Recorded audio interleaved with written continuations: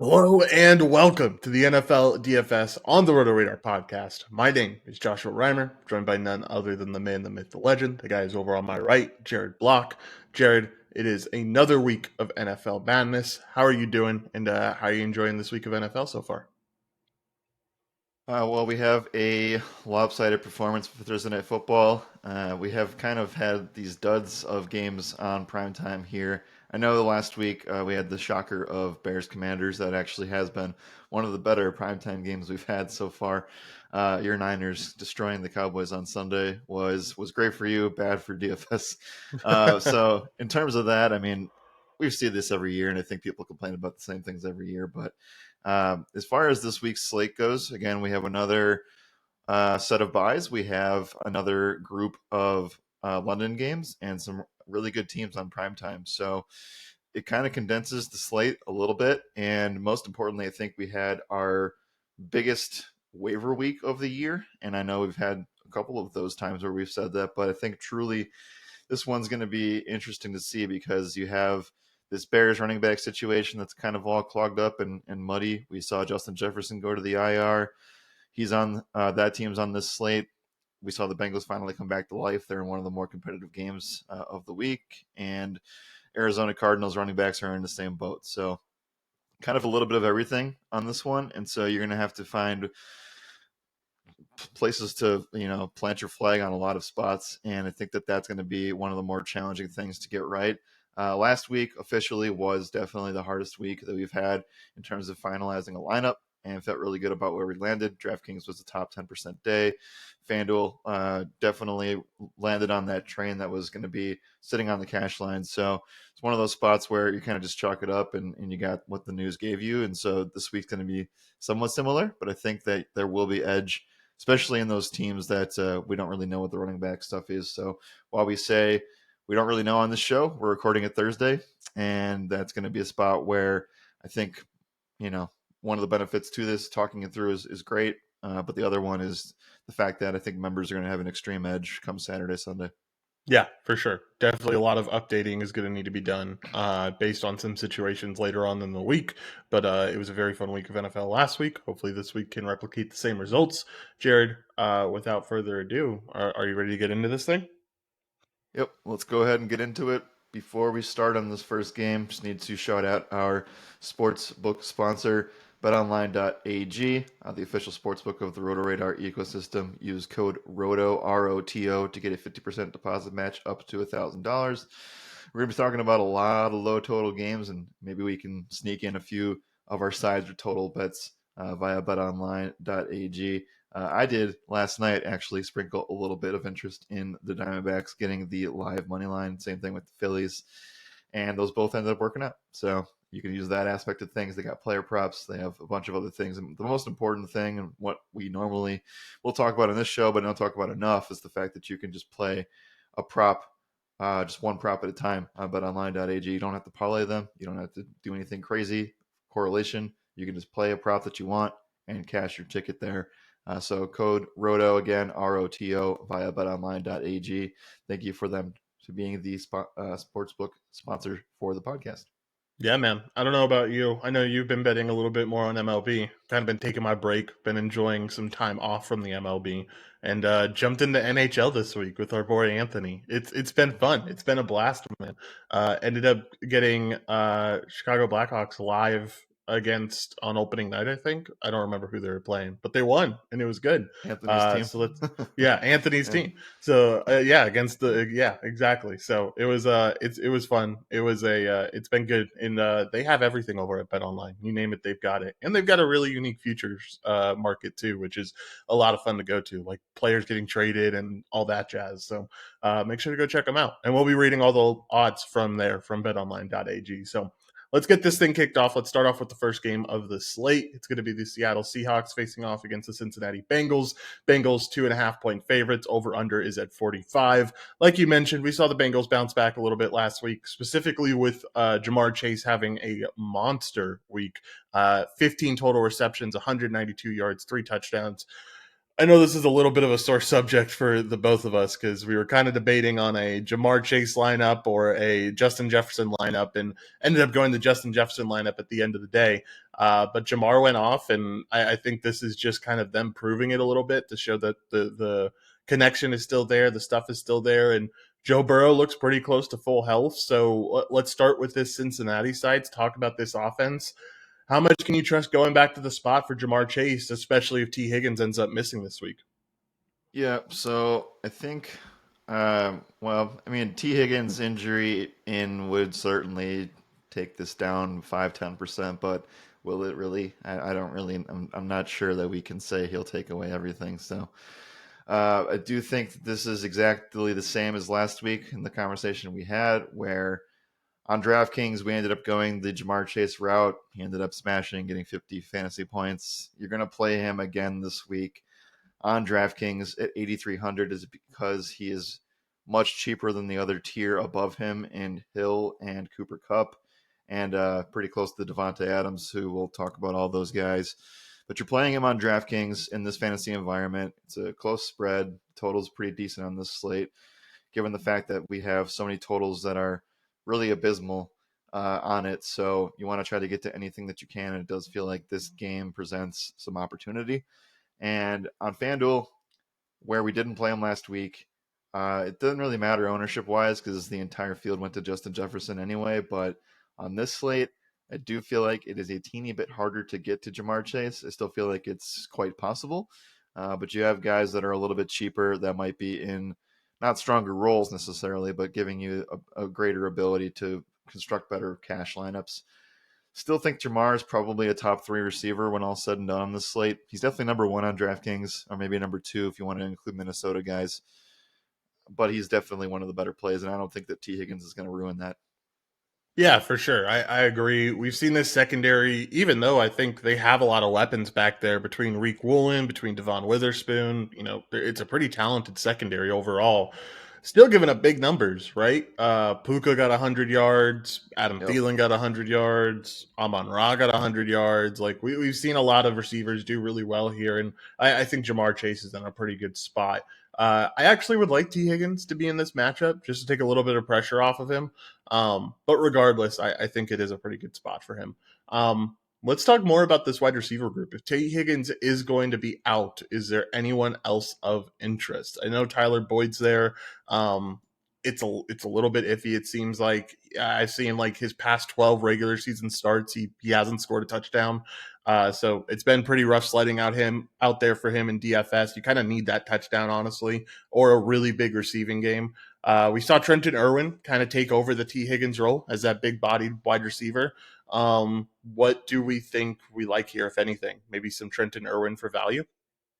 Yeah, so I stand by the Wan'Dale Robinson and Josh Reynolds over Tyler Boyd last week, and it doesn't seem like the Bengals want to use Tyler Boyd in a T. Higgins type role. He's just going to remain a slot guy, and furthermore, I mean, not to go back to Jamar Chase, but he ran a route or he got targeted on 38% of his routes, which is an unbelievable number. So Mm-hmm. that's second for last week's data in the NFL. So I don't really think we can really trust much in cash. If you wanted to go to one of those guys in tournaments, that's fine. We saw Irv Smith come back in the fold last week and kind of just, did his thing. He actually he'd be the guy that I would look at second, if anything. I don't know. I'm kind of just off of everything there. And it's probably going to be a spot where I'm playing limited Bengals exposure, if anything. And again, I actually clicked on the wrong guy. It wasn't Irv, by the way. So scratch everything I said there. That was the other Smith, Johnny Smith. Mm-hmm. But if anything, why don't we just load up on Joe Mixon? Yeah, well, I think the case is really interesting for Joe Mixon because I feel like this is a really good spot for him. Just because of usage alone, I will say this Seattle team's pretty strong at defending the run. Has a pretty talented front seven. I guess the main thing that's concerning for me, and maybe it's just me looking too much on last week, those goal line touches for Mixon were Yeah. atrocious, man. I mean, as a Mixon Yep. owner in a lot of redraft stuff and a lot of season long stuff, and having him in a good chunk of lineups last week, seeing him fail on the goal line, like I don't know how many times it was, but it had to be like 5 at the very least. Super super disappointing. So I definitely do like the spot, and maybe I shouldn't be taking too much recency bias into this, but I am a little bit scared about the spot too. I don't blame you. He has one touchdown on the season, and he has this spot where I think that if he has, let's say he had three more touchdowns, I think he'd be out of cash game consideration because of price, and he'd probably be Yeah, 8,500. yeah, But now, right now, he's 7K on FanDuel, and the running back position is one that is very tricky to get right this week. He's 6,300 on DraftKings, and he has, I don't know, at least three catches in every game. I feel like you need to at least consider it. I don't think that playing two Bengals is out of the question at the moment. I'd lean with Chase, obviously, right now because they have used him as the beneficiary of Joe Mixon not getting in. They just throw it to Chase on third down, and he ends up getting the touchdown. So I think that regression is coming for Joe. The the inside the five touches is very concerning, but it is also very positive, and I think they're going to just yeah, keep going there. So at least there's something to look forward to. Could it disappoint you greatly? Sure, it definitely could.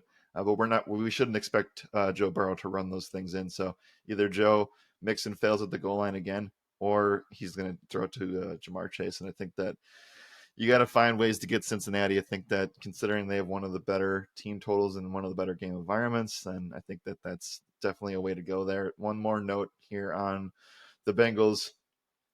Seattle definitely is in a spot where they're middling in opposing, giving up fantasy points to opposing running backs. But when you really take a look at it, they are giving the most, like you said and kind of alluded to. They're giving up the most fantasy points to opposing wide receivers. So that's kind of mm, the cherry on top of the whole situation. yeah. That's the spot we really want to target. Talking about the QB situation, obviously Joe looks like he's back from the injury. He looks pretty solid in there. Is 7,500 a price tag you're willing to go to? Because it feels a little bit on the cheap side, doesn't it? It sure does. I don't think it needs to be in a spot where you're doing everything that you can to get there. We don't have very many mobile quarterbacks on this slate. Patrick Mahomes plays tonight. We have Josh Allen on primetime, and we have Lamar and playing in London. So you have limited stuff, and Anthony Richardson's hurt now. I think that you're going to end up going to potentially a cheaper QB this week on DraftKings. On FanDuel, I think it kind of centers around what you want to do with Tua or Jalen Hurts. I do think that Joe Burrow's in this conversation, but he provides zero rushing upside at the moment. Yeah, I would agree with that. All right.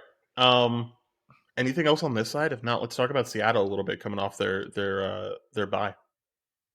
Yeah, I guess last thing for me, if T. Higgins is ruled in and if he has a good practice today, I still have zero interest in fading the Jamar Chase spot. Yeah, I would agree. I think that that's a very key spot. Seems like one of the top spots on the slate. All right, other side. Let's talk about Seattle. I think the big news here is that getting a lot of guys back this week. Yep. Uh, Coming off the bye, they're going to get back Charles Cross, their left tackle. They're going to get back both of their guards. They are going to get back. I think that's it on the offensive line, but that's a huge upgrade. Charles Cross is a beast at the left tackle position, and their two guards are really solid too. I mean, that was all the talk last year was that they kind of stole these guys in the draft, and to be without them at the beginning of the season kind of affected a lot of things. So with that O line now fully healthy or getting close to fully healthy, what do we think about this offense, and how do you think they fare against a Cincinnati Bengals defense that I don't know, it's kind of been back and forth all season. We've seen some good things, we've definitely seen some bad things as well.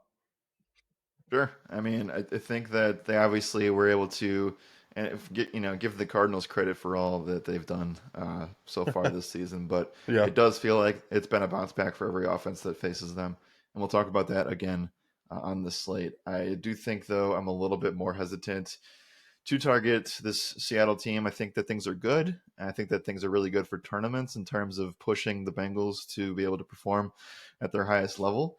Uh, it does scare me a little bit with the fact that this is technically a west to east noon game, and Yeah. that can be tough, especially the bye certainly does help, Hmm. but we have several games to start off the slate where we have West Coast teams traveling to play at 1 p.m. Eastern, and that is not the greatest. So I think that I don't know. I think they'll just be fine. I think Seattle doesn't really have any cash game guys. I think that what you're looking for here is to this is where you leverage your tournament stacks with Bengals. And I think that if you play Jamar Chase, and I don't think you should be scared of doing that, especially in small field where his ownership probably people will try to find ways off of him, and I don't think that's necessarily the right way to go. I think you can just double down and play the Seahawk guys you want, and then just really take a firm stance on Chase in tournaments. That's where I would lean. Again, I'm more of a cash game kind of guy, so I tend to go lean with the single entry type of strategy, and that's what I would do there. But I do think that Seattle, while not having much cash game plays, uh, there are cause for concerns being the travel, and there are cause for being really, really good tournament plays. And I think that, again, either team can win this football game, and I'm not so sure we should take the win last week for Cincinnati as they're back all of a sudden. I think Seattle's got something to prove, and they're going to be in a spot where they are going to want to win off short rest here or off long rest here. Yeah, for sure. I can agree with that. I want to look at this. I want to look where the total is compared to the rest of the slate because we have this at 40. 45. Yeah, 45. We have one, two, three, four other game or four games, including this one at 45 or higher. Nothing over 50 this week. Kind of like you mentioned off Yep. the beginning of the show. I see some real shootout potential, man. I mean, it's going to be a close game. Both teams don't really have like impending defenses. Both teams have very talented weapons. I will say, like from a DFS perspective, DK Metcalf not practicing yesterday could be huge, man. We talk about post rookie buy bumps, and I think Jackson Smith and Jigba has to be a candidate for that, especially if DK Metcalf ends up missing. I could see JSN being a really good value play that ends up smashing, and I bet the rest of the field would be happy to go to Tyler Lockett, but I think I'd end up taking some Jackson Smith and Jigba there. Essentially, Metcalf obviously coming off of the Seattle hasn't played in a very long time. Second being their last game on Thursday Night Football, he got the touchdown there. He's been fighting this rib thing since the week 2, so he's been able to play without missing time. Says it hasn't been difficult in quotes to gut that out. I don't know. It still hasn't been great in terms of workload, right? I mean, Carolina, he had a fine workload. Seattle's just kind of in a spot where I think if you get the guy right, you have a great shot to win a tournament. So if you're Yeah. in a spot where Jackson Smith and Jigba is going to come in pretty low owned with not much to say so far this season, especially with the ADP that he was being drafted at, I think that there's definitely room for improvement here. Yeah, definitely, some room for improvement. All right, anything else here from the DFS perspective? If not, well, actually, let's talk about running backs very quickly. Walker, very highly priced. Zach Charbonnet, not very highly priced. Interestingly enough, we've seen Charbonnet start eating into things a little bit, start getting some targets, start getting a decent chunk of runs every game. Are we worried at all that he could get the post rookie buy bump instead of Jackson Smith and Jigba, and you could see him take over things a little bit more? He could. I don't know if it's necessarily going to be this game. We've seen Walker be extremely game script reliant. Obviously, they got crushed in week 1. But every single other week, they've been in a spot where they've maintained a lead, and you see the rushing attempt numbers go sky high, including the rushing touchdowns. I think Walker is a really, really good tournament play if your script is to say that they are up in this game for the majority of it. I think if it's a shootout, I'm a little bit less enticed. But let's say that Seattle comes in and they get a pick 6 and then they just ride Kenneth Walker. There's a script there where if you want to go that route, you can go there. It's way too high priced for anything cash related, though. Yeah, definitely. All right, let's talk about some pick'em options. Let's talk about Prize Picks and Underdog. Jared, what do you like from Underdog Fantasy from this game? I feel like it has to start off with Jamar Chase, right? Yeah, it certainly does. And you're going to have a number of 85.5 receiving yards. That's in his realm of possibilities. If there was a reception number in the realm of 6.5, I would take that. Probably something that would be added later. And maybe it's kind of an interesting spot to see if we can get a mix in rushing, receiving touchdown with all of the inside the 5 touches. Like he's bound to get one of them, right? Optimizer really likes the Mixon touchdown number. I can tell you that. It's taking Yeah, into account all of his goal line touches, and it's sure. just too Good much game. opportunity It's a for him to matter of fail time. out. It Yeah, really is a matter of time. it truly is just a matter of time. So the optimizer likes it. Like I said, I'm a little bit scared just because of how I saw those goal line opportunities end up working out. But recency bias, optimizer just takes pure numbers into account, and it likes the opportunities that he's getting. So Mixon, I guess that is a solid prop. I do like the over for Chase. I think receiving yards is where I would lean, but I think anything is fine. Do you like this 273.5 for Burrow? He got the 317 last week against Arizona, but I don't know. I feel like that's a little bit easier of a task, but like we mentioned, it's not like this secondary is that good for Seattle either. Yeah. Two quick things. Sorry. Two quick things on the Burrow stuff.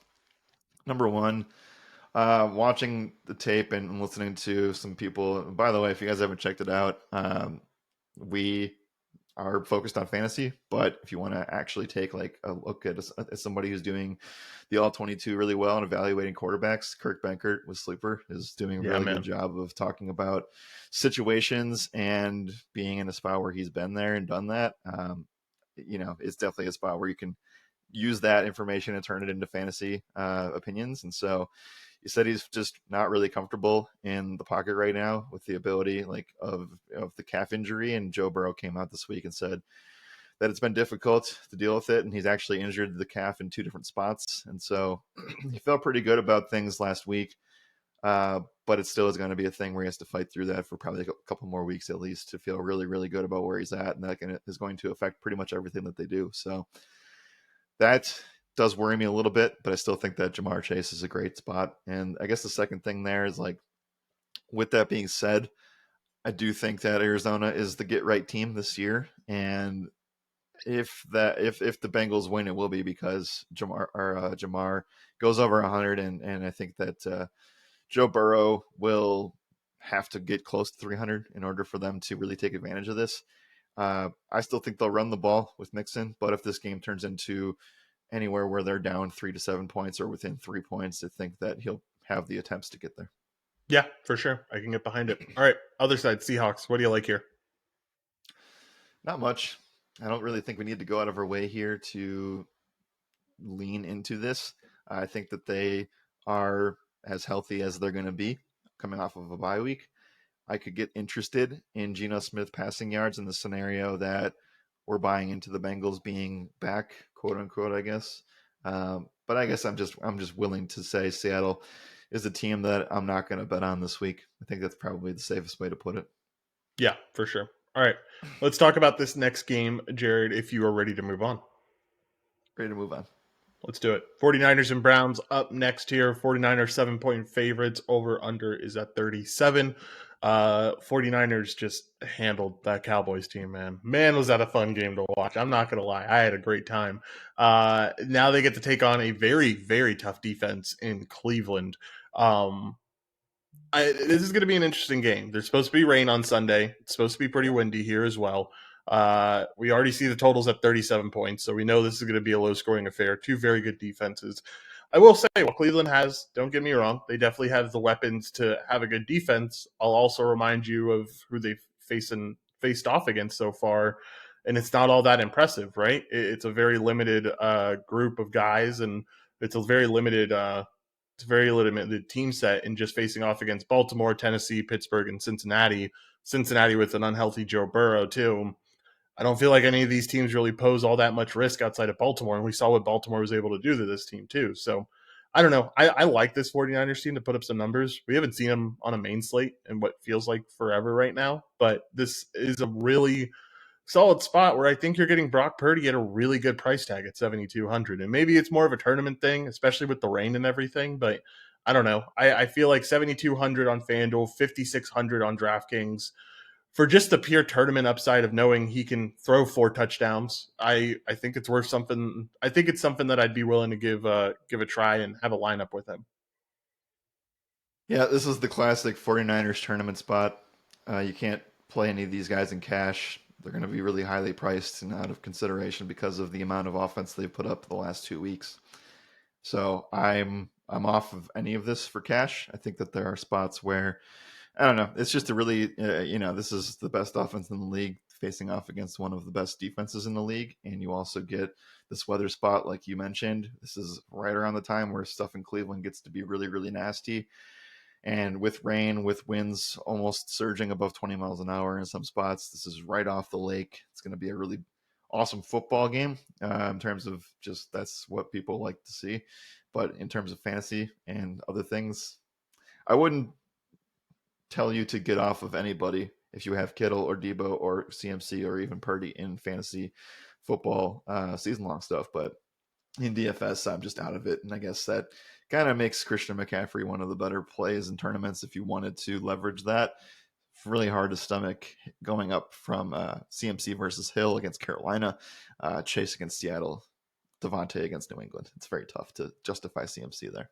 Yeah, I can definitely, all those guys have better matchup. All those guys have better environments overall. It doesn't feel like a spot where you're really excited to get CMC in there. So, yeah, let's talk about the other side. Let's talk about the Browns a little bit because this is a team that is coming in potentially not having Deshaun Watson. I think everyone kind of Yep. expected to have him back, and he was absent at practice yesterday. He hasn't been able to practice over the last week, and things aren't looking that good. And I think they had to throw.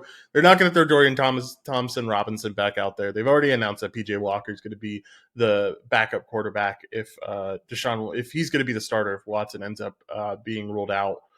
But man, this Cleveland offense, even with Watson, has been really bad. I think EPA wise, they're ranked like 26th over the whole season, which is pretty rough when you have such an elite defense. So now you have to face off against a Niners team that just absolutely schooled the Cowboys. I am very interested in 5,000 for this Niners defense. They're going to need like a touchdown to pay it off, but I think if anyone has a chance, this Niners team does. If Cleveland's season was over when Nick Chubb got hurt, and I think everybody Yeah, knows that. yeah. Uh, Deshaun Watson, not going to say anything. That's too. I just feel like he basically sat himself out last week, even though he felt like he could have been good enough to go, and then just said, "No, I'm not playing," even though he has like $200 million guaranteed. Anyway, that's a different podcast. Must Uh, be a nice life. That's all I'll say. Must be a nice life. it's rough, man. Anyway, I feel like this is the spot where the Niners defense is certainly in play. It's very tough to get there on DraftKings on FanDuel. You can do whatever you want because the money is there for you to do it. Probably won't be doing that in cash, but again, PJ Walker, not expecting them to throw 40 times, but I think PJ Walker only needs 25 attempts to really make the defense do that. And so even with one of the top O-line groups, this is going to be a matchup for them that is not great. So I can't see really anything I like in this game for cash, but you can certainly take your Niners stands in tournaments and feel pretty good about it. There would be, I think even Amari Cooper doesn't really run stuff in the slot. That's really the Niners' only defense or only defensive red flag is they just don't defend slot receivers well. But it doesn't matter. We saw last week, CeeDee Lamb ran a lot of routes in the slot, and they just couldn't get the ball to him. And so I think that even if the Cowboys couldn't do it with their scheme, then the Browns certainly can't do it with theirs. Yeah, I saw Kurt's. You were talking about his breakdowns. I saw his breakdown on Dak, and man, it looked rough. It looked really rough for Dak on that Sunday Night Football game. I will say this Niners team has done a really bad job with running backs that can catch. So maybe like if you are running a game stack and if you need a run back, I wouldn't mind going Kareem Hunt, especially if we get this news that Jerome Ford might not play. I know he's limited practice participant on Wednesday, so something to keep an eye out for. But Yeah, there's not really. they're This is coming all off a bye too, GPP though. based. Yeah, this is all GPP based, right? Like there's Yeah. nothing really here that's like you said that's even viable for cash games. Last note here, and this is kind of everything that we needed to see and talk about. This line opened up at -2, right? Yes, yes, it did. Yeah, it's up at -7. It was a joke from the start. It's going to be Maybe they minus thought nine and Watson a was going to play. It's going to be But minus 9.5 by Sunday. Maybe not that high. It's going to be like minus 8.5 by Sunday. But yeah, but online has the team total for the Browns at 16.5. That's a really low number, but give me the under there. I don't think they I, score more than 14 points. yeah, I agree. I like the Niners to cover here. Most importantly, like I just think that I think that at the end of the day, Cleveland's good, really good defense. I think they're a top 10 defense in the league, maybe even a top five. I don't think they're the best defense, though. And I think the Niners have the best defense and a way better offense. So, yeah, just give me -7 right now. I think that's what I would lean, if anything. All right, pick 'em stuff. There's nothing here, right? We're not relying on any of this stuff for this week. Nope. I don't even think we need to talk about it. All right, There's no uh, Browns numbers up anyway because of the quarterback. So, good point. and nothing else really stands out here. Yeah, I'd be curious to see what 49ers are at least up there. Not much. I guess we're waiting for Elijah Mitchell news before they put up running back numbers. But I don't know. Nothing's too high for these wide receivers. Still nothing I would rely upon though. That's No. that's where we'll leave it. All right. Next game up. I think this is a little bit more of a fun one. We have the Commanders facing off against the Atlanta Falcons. Falcons 2.5 point favorites. Over under 42.5. Feels like a little bit of a head scratcher, right? I feel like this should be higher. Maybe I'm wrong though. Let's talk about this Commander side first. We know that Sam Howell's coming into this one off of that loss to the Bears. That was a very fun Thursday night football game that I don't think a lot of people expected to be a fun Thursday night football game, but was a very good time. Obviously, that Commanders team ends up losing. But we saw Sam Howell throw for some really big yardage, 388 passing yards, 2 passing touchdowns as well. On the other side, we also saw Desmond Ritter have like his best week as an NFL quarterback, and it seems like people are kind of jumping on the bandwagon that this guy might be a talented guy for this Atlanta team and might actually end up holding the QB1 job for a little bit. Let's talk about Sam Howell first, though. Talk about this Commanders offense. Atlanta doesn't seem like all that imposing of a threat. I know they do have some secondary pieces like Jesse Bates, like AJ Terrell. But what do you think about this spot for Sam Howell and his weapons? Uh, I think that they will be able to take care of Terry McLaurin, not fairly easily, because I don't think that that's something that you can do with McLaurin, but we've seen wide receiver one struggle against Atlanta, and it just does feel like the secondary option has come into play more often than not. I think that that could be an interesting spot for Jahan Dotson if you wanted to go that route. The game environment is definitely better. Obviously, a game in a dome. I worry a little bit about the Falcons coming back and playing a game with, limited rest off of London. So, or wait, no, they had a bye. Didn't they have a bye entirely? No. No, they Commanders? played last Sunday. Watch Atlanta. Atlanta? Yeah, they played last Sunday. Okay, I'm in my third week of London stuff now, so I know. It's all over the it's place, definitely man. all over the place. Yeah. Yeah, I do think that. Oh, okay, yeah, duh. This is going to be a spot where I think that I'm really conflicted about what to think about Atlanta. I think that they won a game without using their best player Hmm. effectively, and that worries me on how like they of all weeks they chose to throw the ball on Houston with Kyle Pitts. Um, Very Yeah. strange, and not using your weapon and your best player and Bijan Robinson is going to be very tricky because he does look like he is going to garner some ownership for cash games. I'm not sure he's the best running back play on the slate. We know the upside's certainly there, but the rushing numbers were really not great last week against a bad rushing defense. Uh, and very limited work in the passing game outside of that touchdown, which he basically had to do all the work himself. And so I worry a little bit about what Atlanta is going to bring to the table here. But we saw that the Bears just completely annihilated them in many ways. Um, I don't know. The way that I would attack from the Atlanta side of the ball would be to go with the wide receivers. We talked about this behind the scenes, and I talked about it last Thursday night.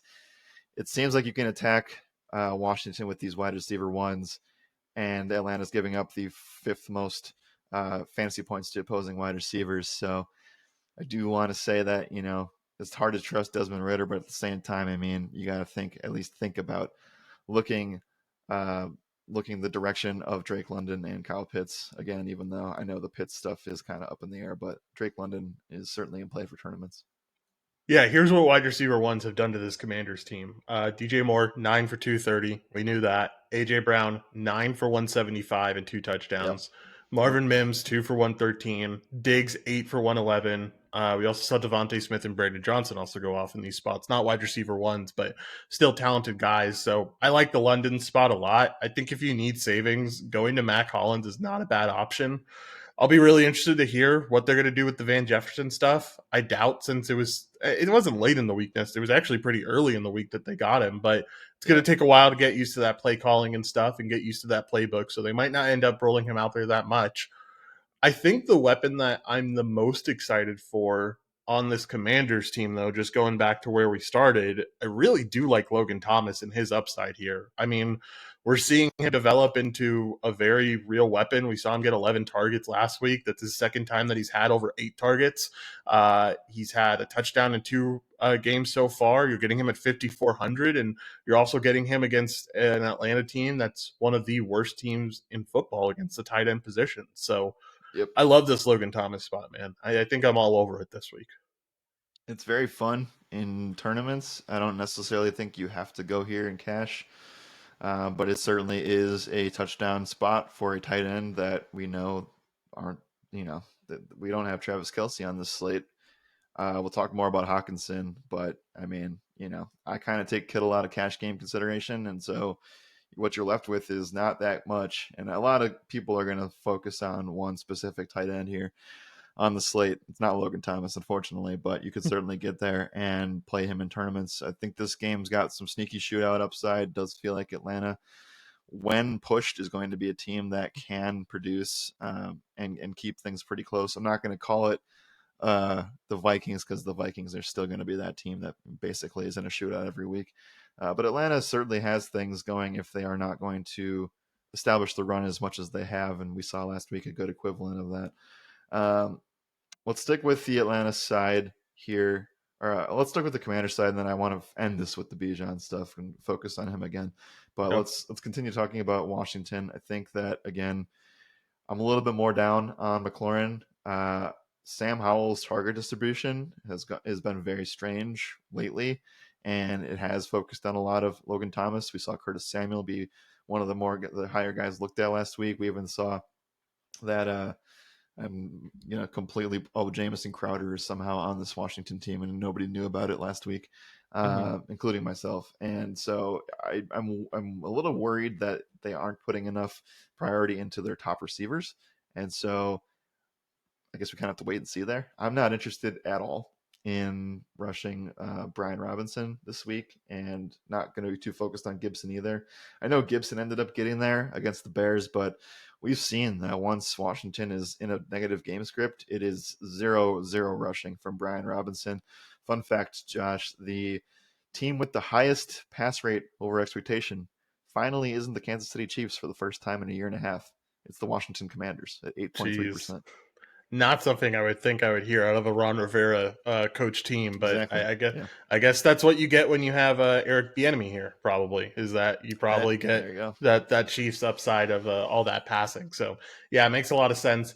There are a total of 8 guys on this team with 10 plus targets so far this season. That's a pretty high number, man. And especially when you look at the distribution up at the top. Harry at 31, Jahan at 30, Curtis Samuel at 27. Look, like it's all very even keels. So it's going to be hard finding your number one guy here. Yep. But It's I bad. think there It's are bad. some guys that it's definitely bad. I think you're willing to take a shot on it in tournaments, especially with the upside here against Atlanta. Just know that there's a lot of risk coming with it as well. It's not very cash game playable. Like you said, I'm not touching these running backs. Let's end off on the Bijan stuff, because we saw him really underperform last week. Was not a good rushing week. They held him in check. I mean, after the first half, he had like 2 FanDuel points or something ridiculous. It was Yeah, not I a good think he week for. had like less than 10 rushing yards. Yeah, it was a really bad first half for Bijan. Luckily, got there with the passing touchdown. Did you see the top down view of that Yep. receiving? That is the sick. Yep. They should play every touchdown in that view, because it is the sickest Yeah. view to watch a touchdown in. Was a very It good also shows touchdown. you how terrible the throw was. Yeah, it really, and how impressive that one-handed catch is, man. I mean, that is Yeah. insane that he caught that ball. But back on track here, we're talking about a guy that's 7,600. It seems like a really big discount compared to what he's been at previous weeks, but it also is a spot where Tyler Algier out touched him last week. And we were finally getting back on the train of, hey, maybe he's out touching Tyler Algier. Maybe he's going to gain more of a number one role in this offense because that's where it looked like it was trending. And it feels like we're back to square one now. So what do you think about Bijan? Are you jumping on the cash game train with everyone else and saying that you got to play him at this price tag in cash, or are you a little bit worried like I am? I'm worried. I don't think you can. He'll probably make our top plays because he's Bijan Robinson. I think that the at the end of the day, I do think that Washington has the ability to at least make this a game, and it's not just let's pound. Like Atlanta's just gonna try. They'll probably try to pound the ball 35 times, and I don't know if they'll be able to do that and win this football game. Um, it's not a conversation on DraftKings. I don't think that he is in a spot where we can play him in cash. On FanDuel, you have to put Bijan next to two guys mainly. Maybe actually no. Let's call it what it is and call it at least four guys. And I'll run down the list, and we're going to approach these running backs. We haven't talked about any. We've talked about one of them, but we're going to talk about the rest as we go on. And you'll see as the slate unfolds that maybe Bijan isn't necessarily the best play. But again, it's early. He could still wind up in our lineups by Sunday. He'll still be a top play at the position. Uh, but let's take a look at some things really quick here. Bijan Robinson at 7,600 on FanDuel, compared to Travis Etienne, 7,700. Jacksonville takes on Indy. I don't Mm-hmm. think it's necessarily like a streamer play by any means, but uh, the biggest difference between the two of these guys, Atlanta has a guy that takes 40 to 50% of the running back touches, and Jacksonville is very clearly 80-20 in Travis Etienne's direction. So I think you're taking him. I think they're in the better offense. Would you agree with that? And then we'll move on. Yeah, 100%. And I just kind of want to expand upon it too because I think it's worth it. Um, Give me Alvin Kamara over Bijan. 22 He was rushing one of my attempts four last week. guys in there. Yeah, I think I really like this Kamara spot, and we're seeing again similar to Travis Etienne where he's getting a majority of the touches in this offense when it comes to running backs. There's guys here that I think are just better plays and not as worrisome and not as risk heavy as Bijan is. So yeah, I agree with you Yeah. for sure there. All right, So let's Bijan versus, well, a couple more here. go Bijan for it. versus Travis Etienne. I think we lean Travis. Mm-hmm. Bijan versus Kamara. I think we lean Kamara. Uh, Joe Mixon. I think you got to kind of, it's Think you have to closer than you lean think. Joe. It's close, but I think you have to lean Joe Mixon at the end of the day. Yep. And then David Montgomery is the other guy we'll talk about soon. Yeah, Um, it just all depends on Gibbs at that point. But yeah, I think it's sure. worth it. Yeah, And it's Swift it. is in that conversation too. And I So, love Swift this week. We'll get there when we get there, but I think Swift is an awesome play. So yeah, I just so many guys in this range that I think are more viable than what Bijan brings to the table. And I think the rest of the industry sees Bijan's name, sees the shiny new toys that we have in the NFL this season, just kind of clicks on it and at that price tag, and it might be a big mistake. Could be one of our bigger leverage points of the week. All right, let's move on to pick'em stuff. Jared, for Underdog, let's start off with this Commanders team. What do you like there? Commanders, I'd be looking for a Logan Thomas or Curtis Samuel number. They are in the mid 30s in receiving yards. Those are okay numbers. Nothing stands out tremendously. When we get to Sunday morning, what the number I'm going to really want to try to look for, and then the team's going to look for here, is Sam Howell sacks taken. I think Atlanta's defense is one of the more reliable defenses on the slate. They're a little bit too expensive on DraftKings, but on FanDuel at 4,100, they're very solid. And Sam Howell's been sacked the most in the NFL this season. I know that it's not a huge defensive line to offensive line mismatch, but he still is taking an extreme amount of sacks. And if he's going to be throwing 30, 40 times, I'd be willing to say one of those gets picked off. So I'd be looking at Sam Howell over sacks taken. We took it with the Bears, and they don't have a good defensive line, and they still got 5 sacks. So that's what I'd be looking at, but it's not up there right now. If Sam Howell takes, what do you know the number of sacks that Sam Howell is on pace to take this season? I saw this earlier this week Oh, and I it's was excited. definitely more than Burrow a couple years ago. Yeah, Um, it's going to be a league record by quite a big margin. yeah, it would be close to like 80 something, right? 99 sacks if he Yeah. continues to get sacked at this pace. And I think he will. I think that, like we said, like Eric Bieniemy offense here, a team that's going to throw the ball a lot, an O line that isn't very. I think they're solid. I don't think they're great though. Uh, this looks like a solid spot, man. So yeah, I can get behind it. I can get behind it for sure.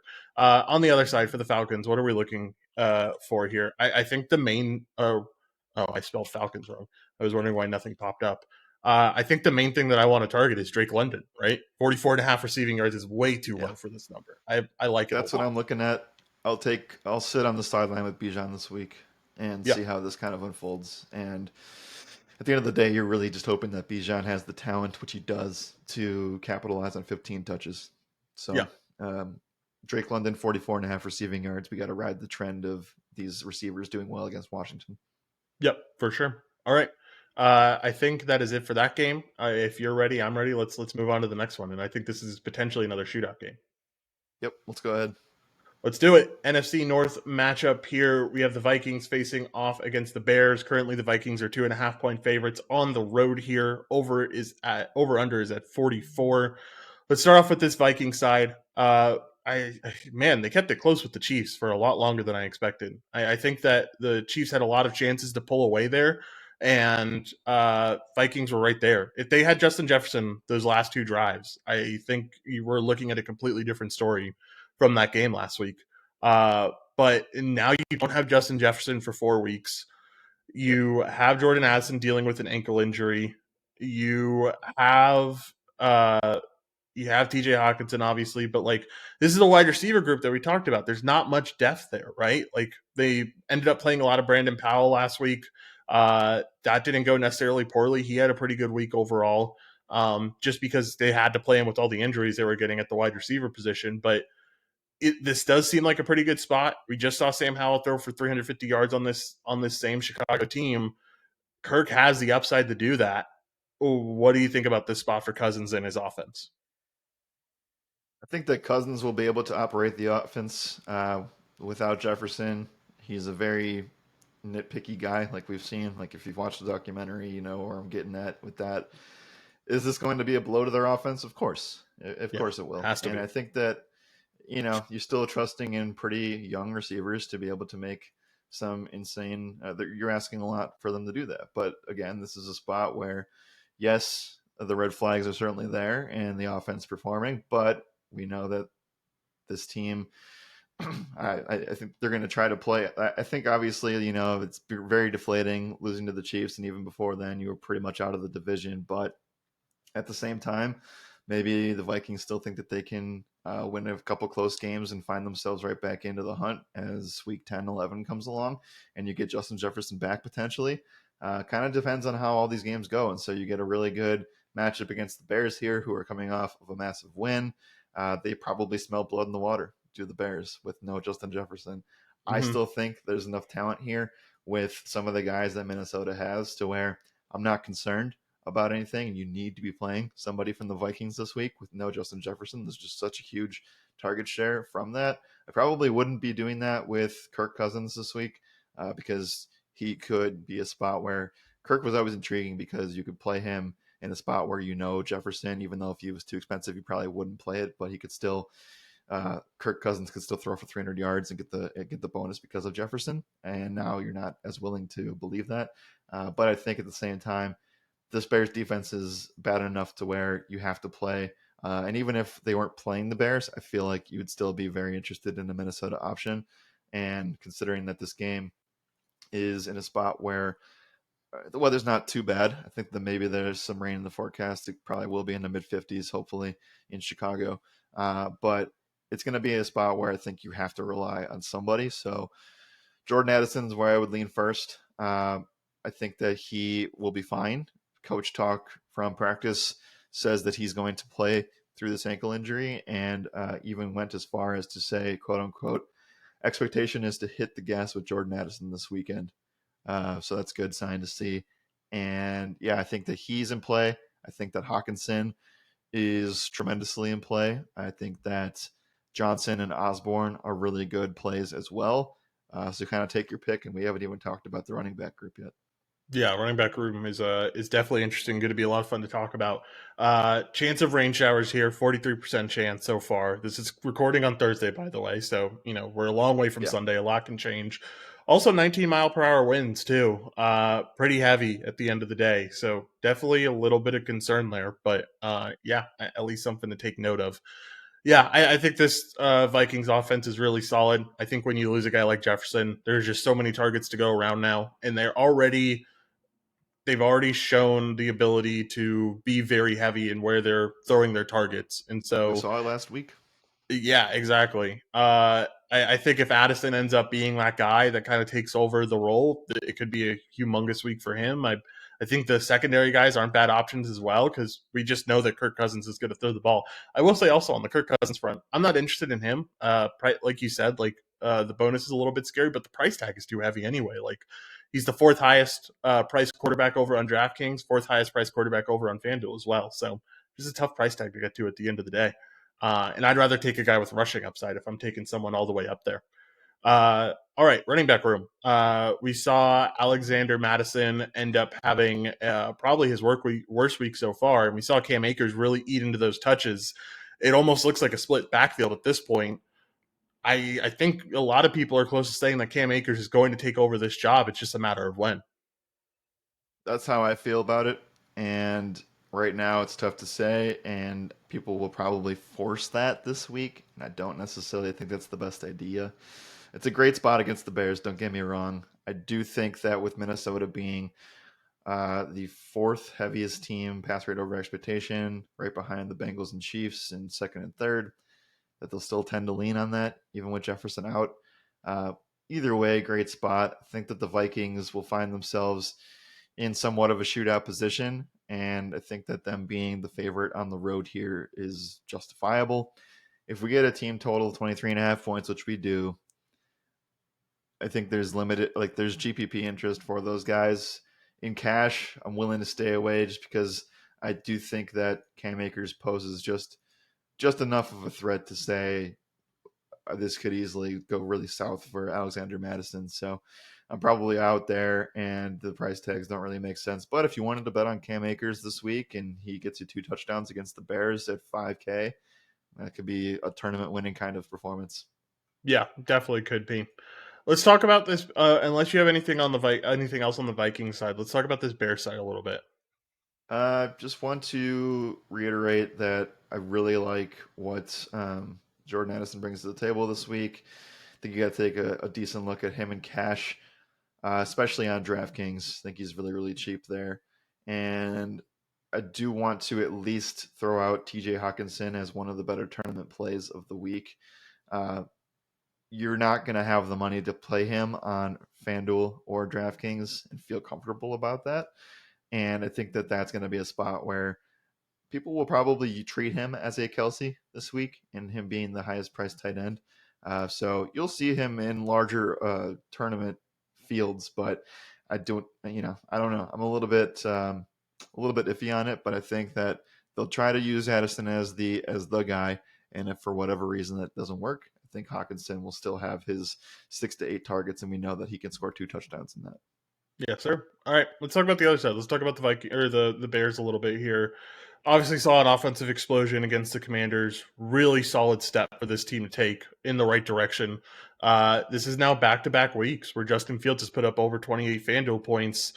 It's not even really with the rushing game either, which I think is the most surprising thing of it all, right? It's really seems like a better passing offense so far over the past 2 weeks. 4 touchdowns in each of the last 2 games through the air. And it's really been a DJ Moore explosion. I think wide receiver wise, weapon wise, DJ Moore is the only guy you can really trust on this team. Uh, and I think they're going to be forced to throw the ball even more with the fact that Khalil Herbert's not going to play this game. Roshan Johnson's probably not going to clear concussion protocol.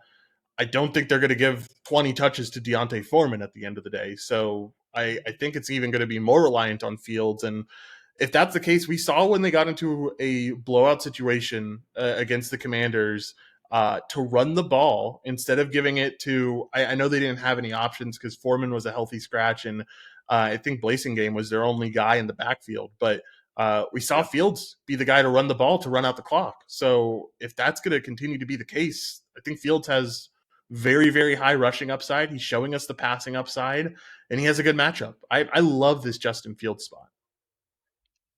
He was one of the guys that I clicked before looking at anything and just building a dummy lineup just to put it in there on Tuesday. And I am gravitating towards the fact that, like, yeah, I think he's got one of the highest ceilings on the slate for quarterback, but at the same time, you're paying pretty expensive price tags for it. Uh, I do think that it's definitely in play for cash, and we'll probably list him as one of our top plays. I am a little bit hesitant that he might not be the overall best option. If you were to go here, you might as well just try to pay up to get to Jalen Hurts, or even below that to Tua in a really, really good spot. This is still a really good spot for Justin Fields. So, with it being a little early in the week and not really knowing what the running back group is going to look like for Chicago, that's one of the deciding factors of this play.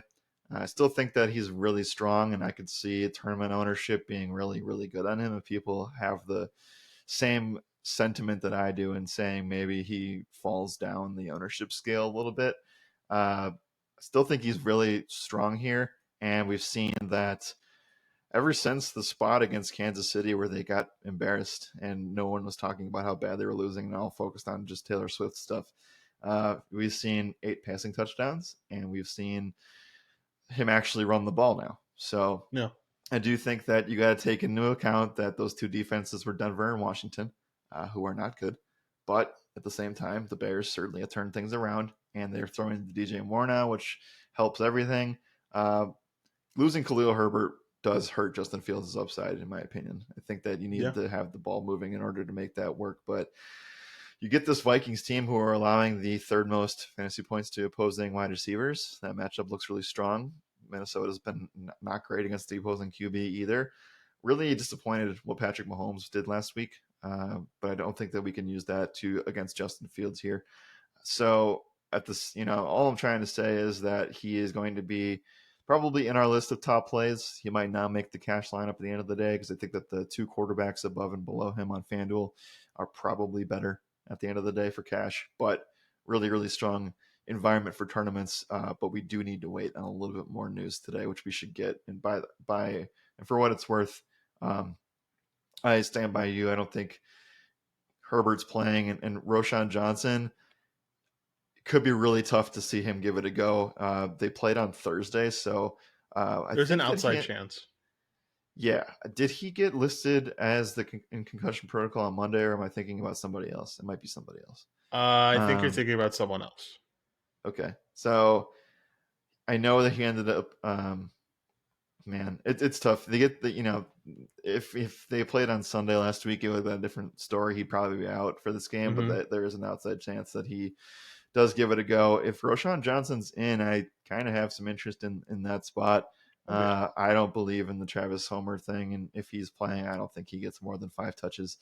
Uh, you just got to know what's going on with this Chicago running back room because there's like 3 guys that are up in the air, and then 2 or 3 others that could actually benefit from that. Yeah, for sure. It'll be interesting to see exactly what happens with this running back room. We just gotta. I know Khalil's not going to play. I think we can all agree on that. It's just going to be interesting to see what happens with Roshan at the end of the day because, like you said, if he got this concussion on Sunday, there'd be no chance of this happening. Because he got it last Thursday, there's at least an outside chance of him getting cleared by the end of the week. So, definitely something to keep an eye on. All right. I think we've covered everything here. Is there anything else you want to talk about when it comes to the Bears? If not, let's move over to pick'em stuff and talk about prize picks and underdog. Cole Kmet has a hamstring injury. He practiced limited on Wednesday. I don't really know if he's going to be good to go, but if he is, then I do have interest there. He scored 3 touchdowns in the past two weeks. Yeah, can definitely get behind it. We know he's one of Fields' favorite targets at the end of the day, so definitely not a bad option. Can you agree with me that like outside of DJ Moore, there's not a single wide receiver that you should be touching on the Bears this week or any No. week for the foreseeable future? It's Yeah, just no. if you looked at everything after that Commanders game, I think DJ Moore was the only wide receiver with any fantasy points. Is that right? Yes, that was Yeah. correct. Because Darnell St. Mooney Brown went got over. hurt. Uh Darnell Mooney didn't catch any targets. Travis Scott or Tyler Scott, Travis Scott, Tyler huh. Scott wasn't used in the passing game. So, Yeah. and then obviously they cut Chase Claypool. So, Yeah. So it's definitely going to be the DJ Moore show, and that's it. All right. Let's move over to pick'em stuff. Let's start with the Bears and what they have here. Uh, I I'm waiting for a Justin Fields fantasy number, but just looking at these passing and rushing yards, looking at 1.5 pass rush receiving touchdowns, this is too low. I think his fantasy number is going to come in relatively low. And if that's the case, I'm really interested in this spot. You can also just take the 1.5 pass rushing receiving touchdown line and feel good about that. They're going to yeah. score, and it's going to be, especially if it's. Sorry, I don't mean to cut you off, but especially if there's no, if there's no Khalil Herbert, if there's no Roshan Johnson, it's going to be on fields to score those touchdowns. And so I think 1.5 is like entirely too low. Yeah, I like that quite a bit. You said, well, PrizePicks gives you the pass rush and receiving. That's what you said, right? Yes, I mean, that's kind of a joke, honestly. that But has to be, that is trappy low. Like that is, I feel like they could take that down if they get more running back news soon. So, yeah, for sure. um, Underdog has a half rush receiving as that Scorcher promo. I think that that's okay. They also do not have a fantasy number. Let's just hypothetically say that that's placed. Underdog's been really low on fantasy numbers, and I know that they're a half PPR site, but they have been probably a number or two too low sometimes. Mhm. If that number is sitting in the 20 to 21 range, I'll hit the over of that for Fields. Really enticed in DJ Moore, 59.5 receiving yards feels pretty criminal. Yeah. Maybe it is a little bit of a chase there, but I think that that's going to be in a spot where we're recording this on Thursday. It's at 59.5 right now. I could see it be like 67 by Sunday. Yeah, I think that all of these Bears numbers are way too low. To give you an idea, Justin Fields currently has the lowest passing yard line out of any QB this weekend. And I think I mean, like this matchup is too good to have the lowest. I know what Justin Fields is. I know how he's been over the course of his career as a passer, but these last 2 weeks have been really solid. And even overall, he's surpassed this line 4 times so far this season.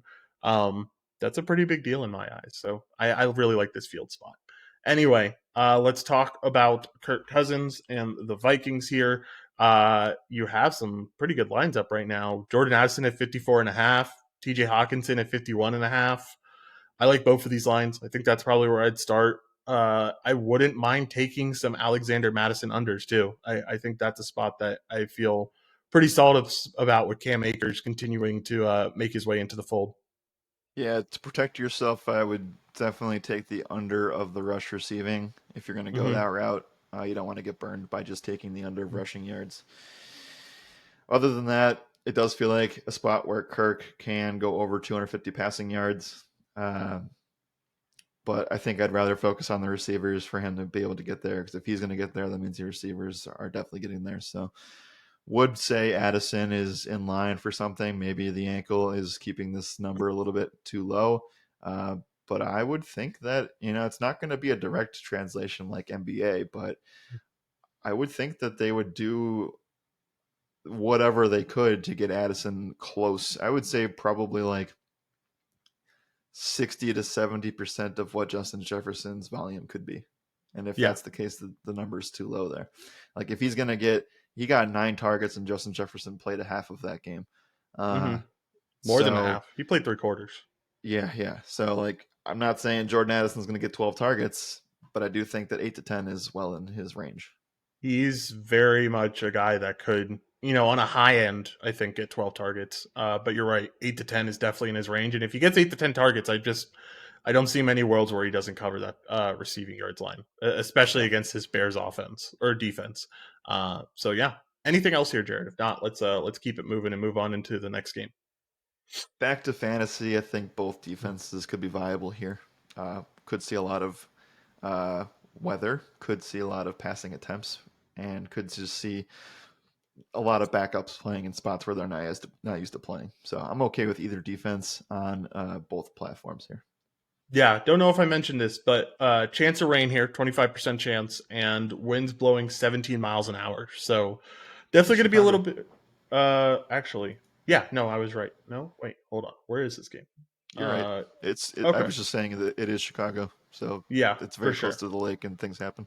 Yeah, definitely. All right.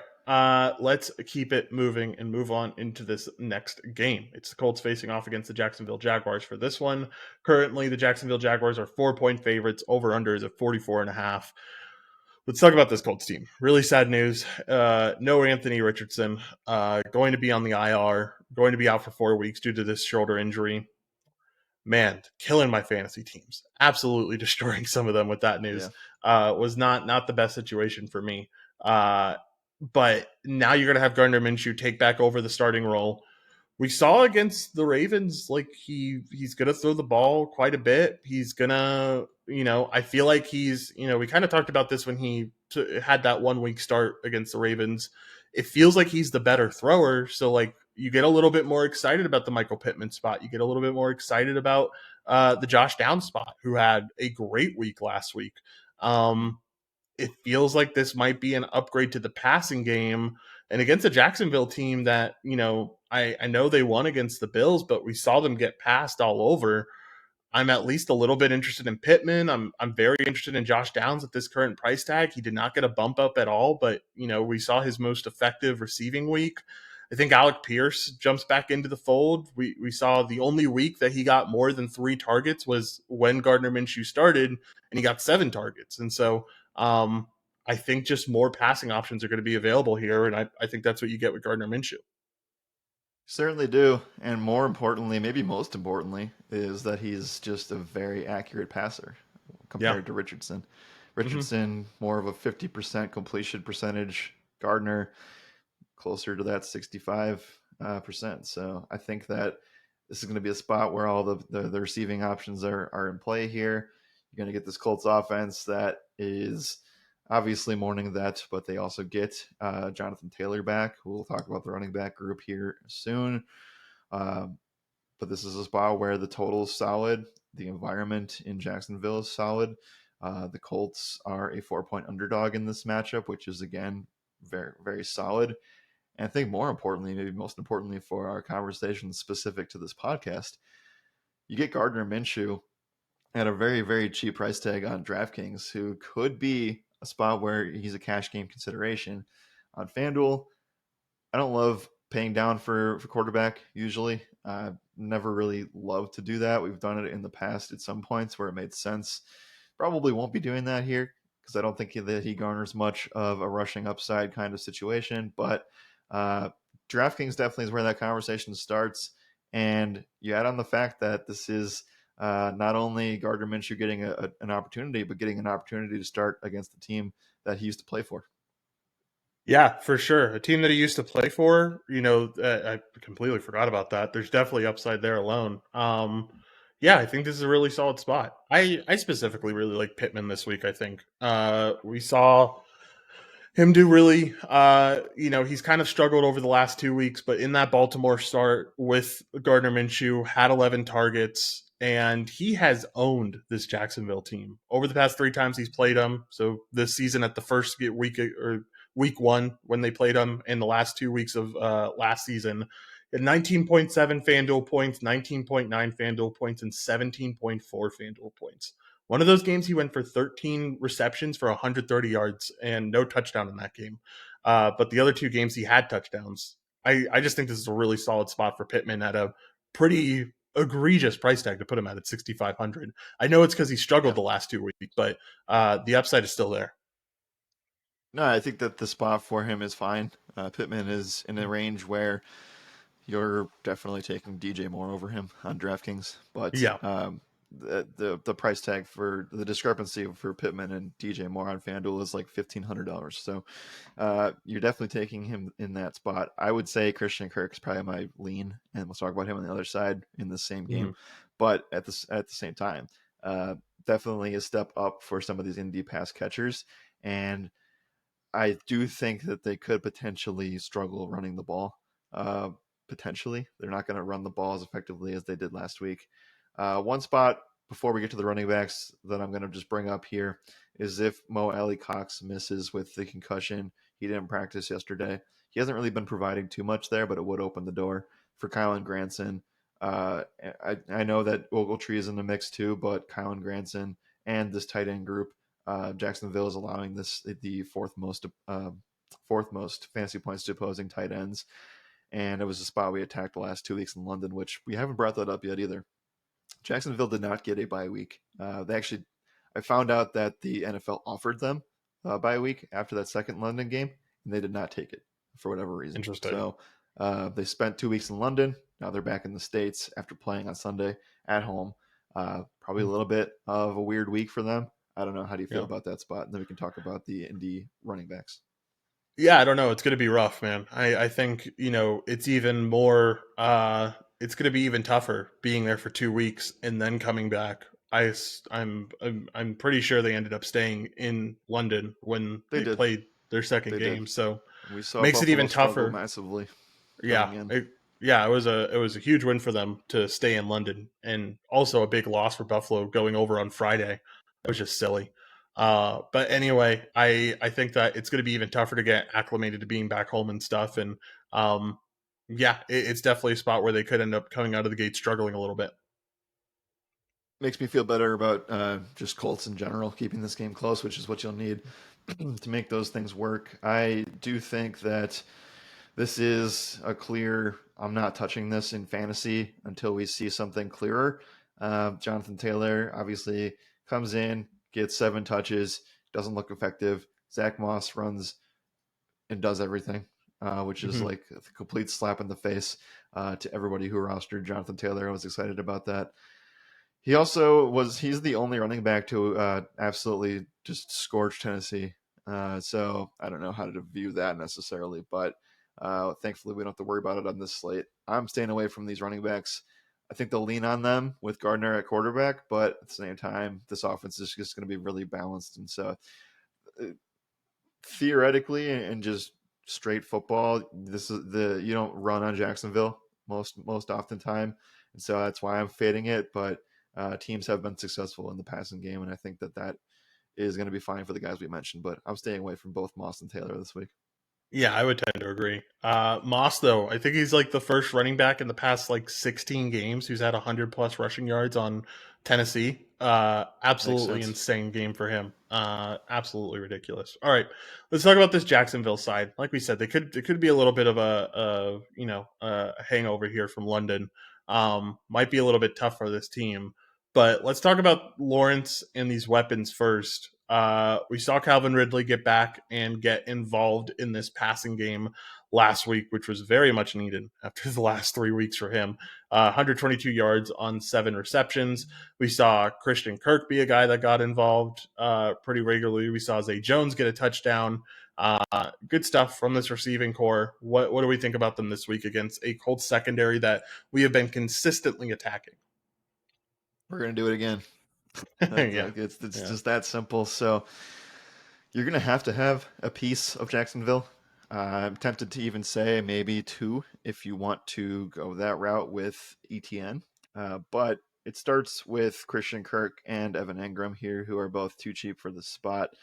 I think Ridley is a fine option for you, who also is definitely a little bit underpriced here, right? And he scorched this team in week 1. We've seen this matchup back in dating in the first week of the season. So Ridley went off in that spot. I think that was more of it's his first game back in a year plus. Let's try to get him as much as we can against a defense that we know doesn't have anybody playing. They have undrafted free agents still playing in the secondary, and we've been able to, capitalize on that. So I think the spot's really good. I would take Kirk personally just for the savings, and he's just been the more consistent receiver.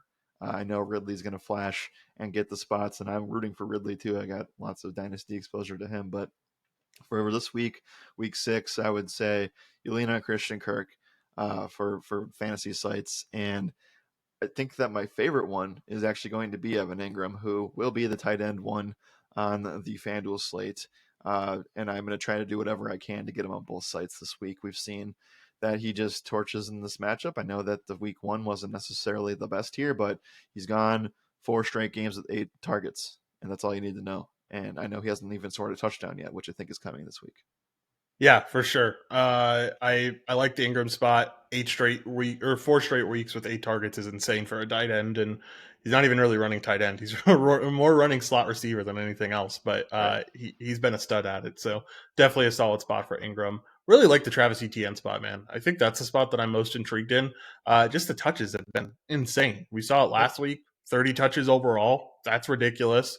And he's falling back into this role that we saw last year, where he's just a guy who is consistently going to. He's one of the most reliable guys, it feels like, in the NFL to get Yeah. 20 touches for Weird to you. say. It is weird to say because it's not what comes to mind when you think of Travis Etienne, but it truly is what he's been. His role has been carved out that he's just going to get 20 touches every week, and that's how they're going to use him. Yep. So yeah, I really like Etienne. I think it's a really really solid spot there. All right. Yep. Um, anything else here for this team? If not, let's move on to pick'em stuff. I'm interested in Lawrence. Probably one of the guys that's going to be heavier owned in tournaments with these stacks, and I don't blame them for that. It's very easy to make tournament lineups. We'll probably have one provided for in this game ourselves.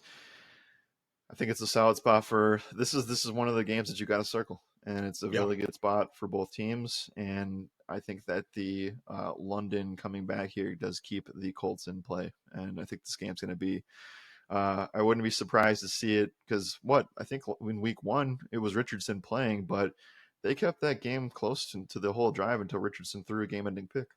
yeah, exactly. So yeah, I think it will be a close game. I think honestly, Colts have a real chance to win this one. But Yeah, we will end up seeing. Let's talk about some pick'em stuff. Let's start off with the Colts. We have some numbers, not a lot over on Prize Picks here, but interested in Pittman receiving yards, interested in Josh Down receiving yards, even somewhat interested in Alec Pierce receiving yards. Though I think in that order is how I rank these guys. What do you have over on Underdog? it would be Pittman for me. I I feel like this is a spot where it's going to be something where we just have to trust that the efficiency of the targets is going to be there. Like we know the targets per route run are going to be there for Pittman, and the struggles have come from the inaccuracy of Anthony Richardson. So this is just a bet on him being able to win a matchup. And if the data and history resides there, and he just needs a quarterback to be able to be more accurate with the football, he'll get there. Yeah, for sure. Definitely agree with that. All right, Jaguars side. You have a lot of stuff up here. Be interested in some ETN stuff, though. All these numbers are relatively high. I They are. think I'd be more looking at a rushing attempt number when it gets up. If it's anything around like 13, 14 and a half, I'm definitely willing to take it. Um, I don't mind going Calvin Ridley at 56 and a half receiving yards. In fact, his line being lower than Kirk's is kind of insane. Yeah. I think that I'm willing to lean on Ridley there, and also see a really good spot with Evan Ingram too. So, what do you like here? Yeah, Evan Ingram has cleared this line in every game except for that Buffalo spot, who we know in the first half of that game he was being guarded by Matt Milano, who ended up leaving the game with an injury.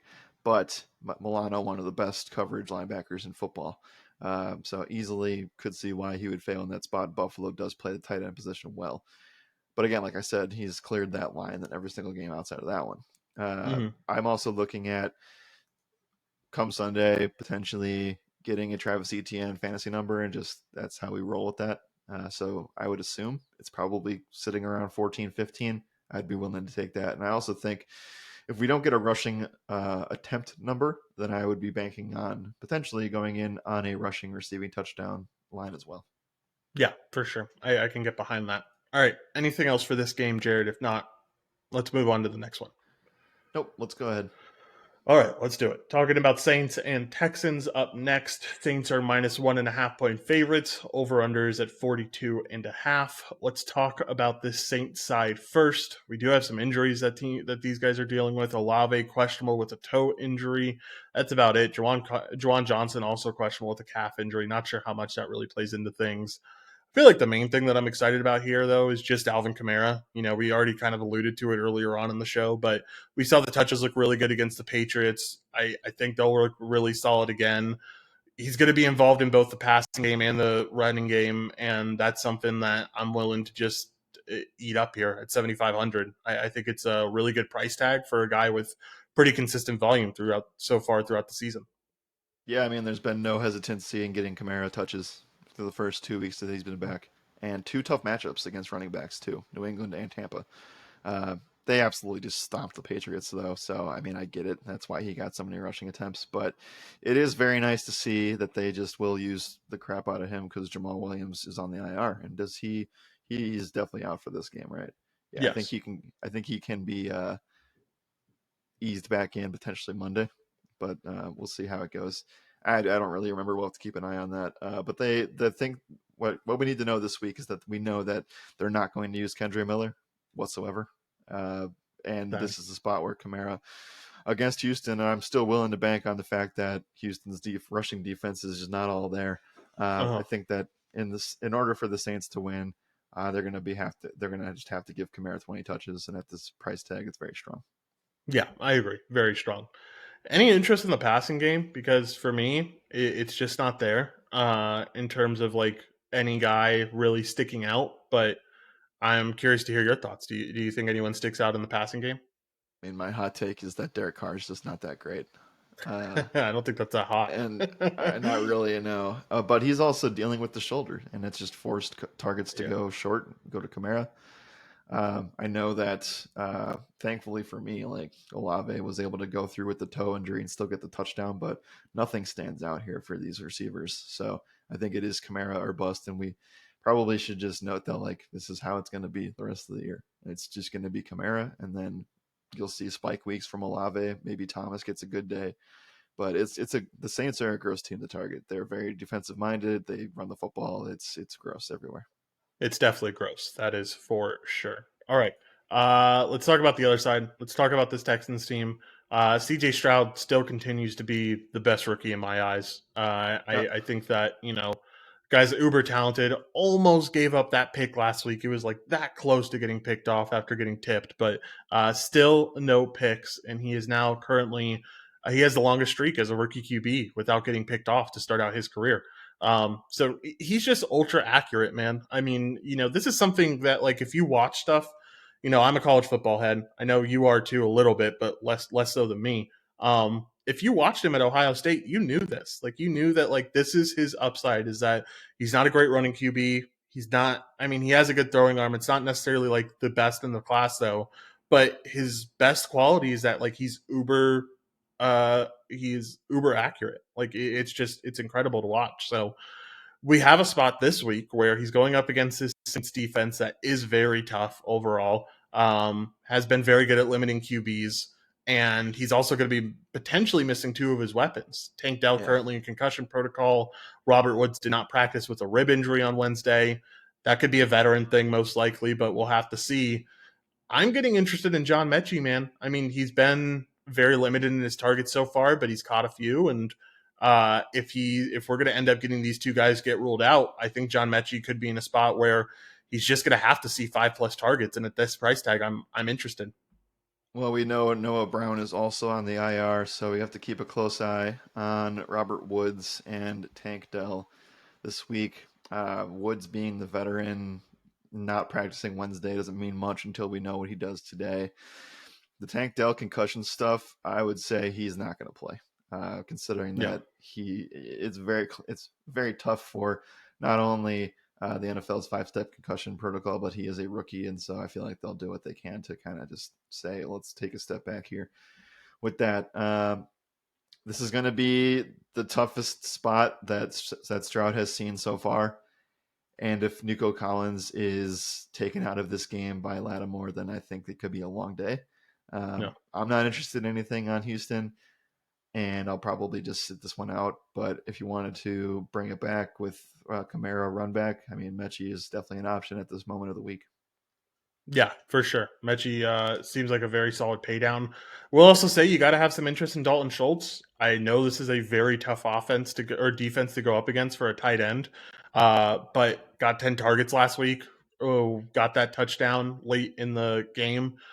He seems like if we do see Tank Dell and Woods out, Dalton Schultz is going to have to be a guy that most likely gets 6 to 7 targets. Potentially. That's tough, man. I mean, you have to really get two guys ruled out there. The Saints are the best defense against tight ends. No, yeah, I It'll be know, tough. but I'm just saying, like in general, like if those two guys get ruled out, targets have to go somewhere. They're going to be throwing the ball. You can't really run on the Saints either, and I feel like you're just in a better spot overall if you throw it. So I don't know. Yeah, That's it's a my tough two one. cents. It is. Yeah. Um, I'm willing to take the under 42.5. This game is very, very gross. it could get very ugly very quick. All right. Anything else here? I'm not interested in the running back room, like I just mentioned. So I think we just go to pick 'em stuff.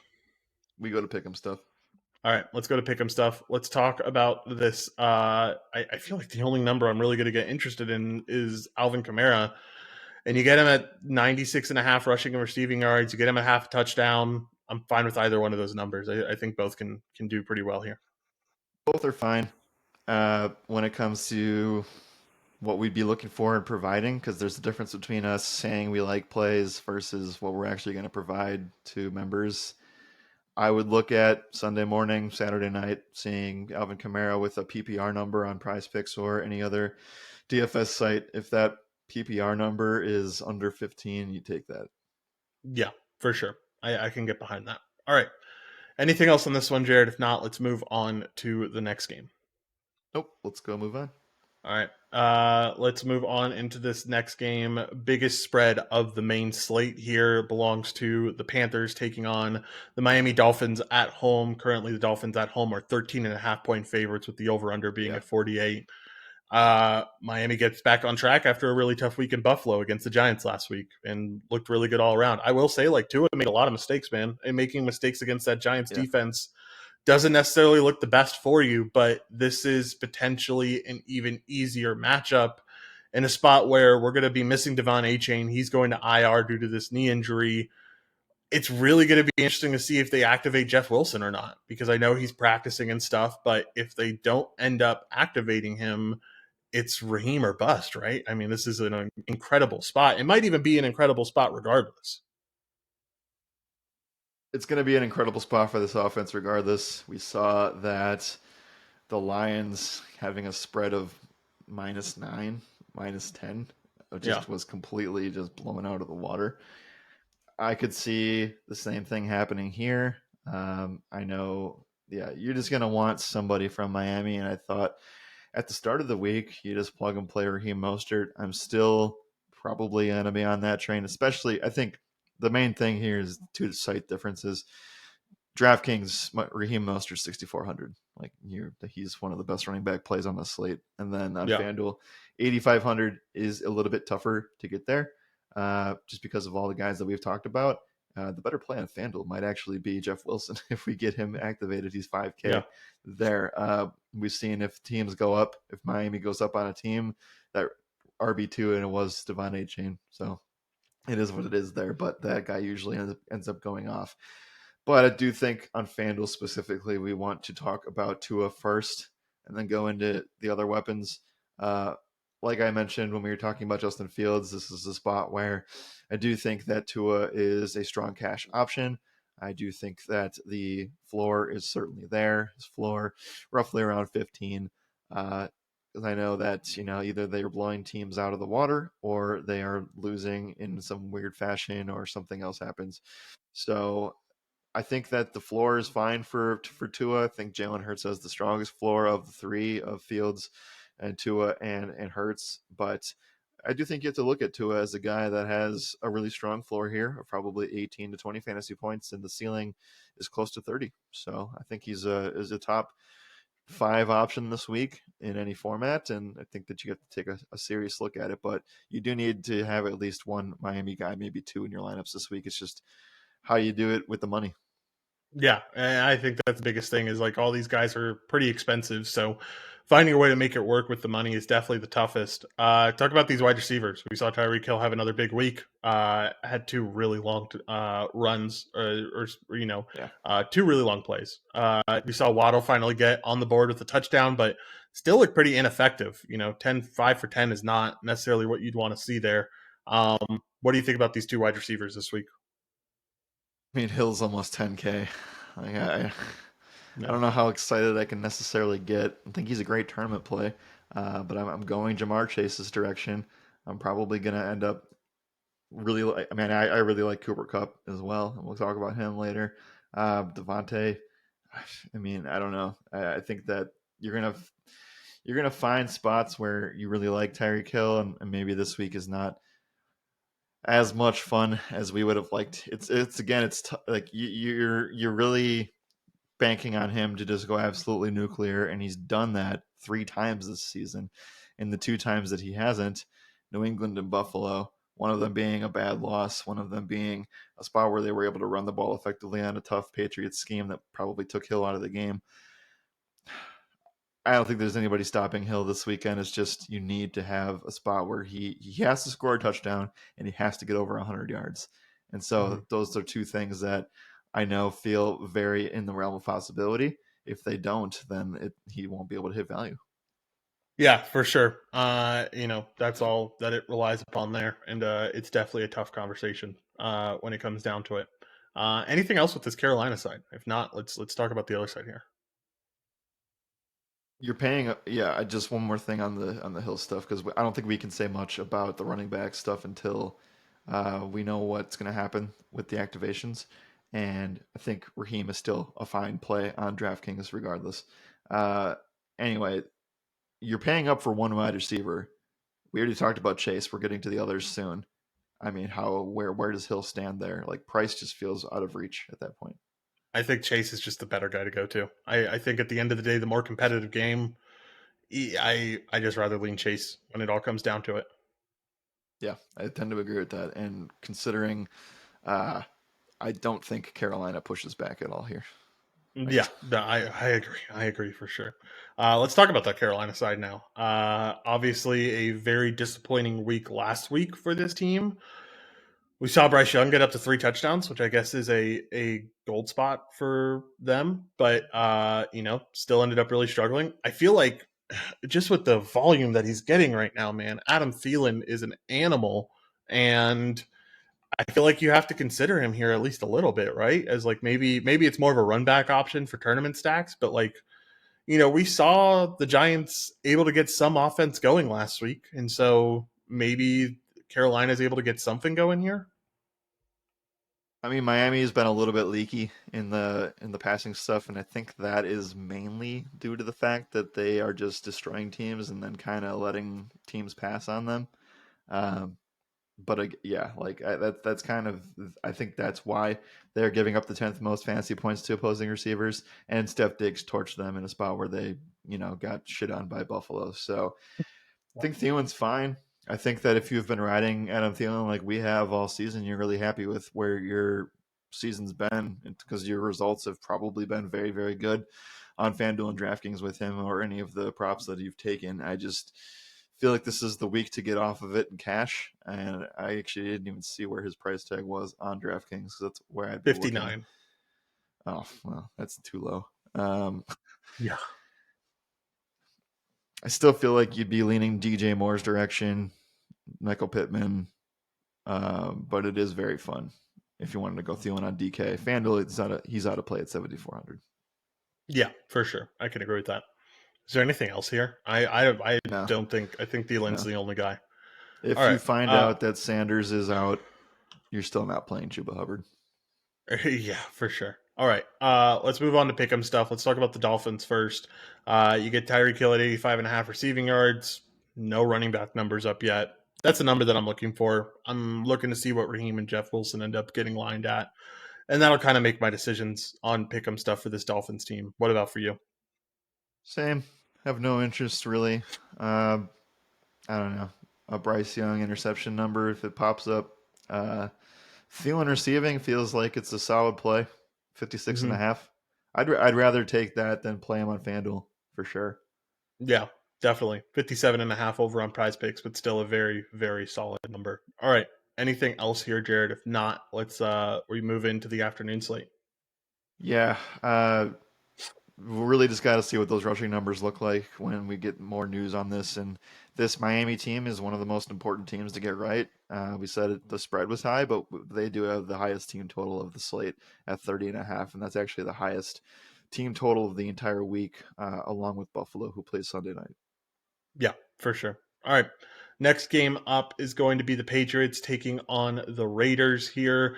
Currently, Raiders are 2.5 point favorites. Over under is at 41.5. I mean, this New England team, man, our Patriots fans crying right now. It must suck to go through a bad season after winning for 20 seasons straight. It feels like for 2 decades, but um, Mac Jones looks really rough out there. Second straight week where he got benched and they put in Bailey Zappi instead.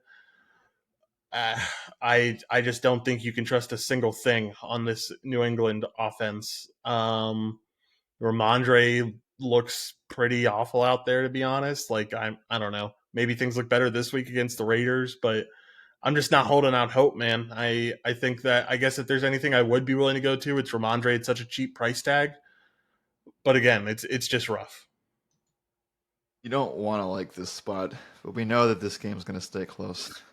And Hmm. you know that uh, New England is this is a get right spot if they ever dreamt of having one. It is very tough for me to rely upon this as well, so I can share your sentiment. And Green Bay really dropped the ball in trying to get a good spot against this Raiders defense, which is not that good, but it made them look like otherworldly the other night. I do Hmm. think that there there's not many things to get excited about.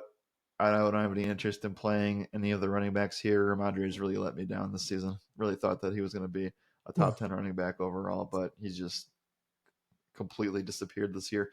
Uh, I don't really want much, to be honest. And I thought that, coming in, maybe we thought we could trust a little bit more from here.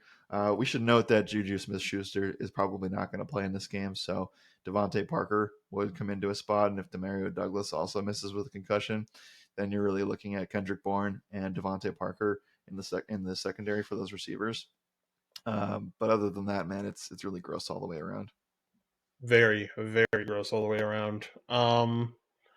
I'm more excited about this Raiders side, man. I think Jimmy Yeah, Garoppolo coming into a revenge game here against sure. his old team. Jacoby Myers is a huge revenge narrative here. I mean, Yep.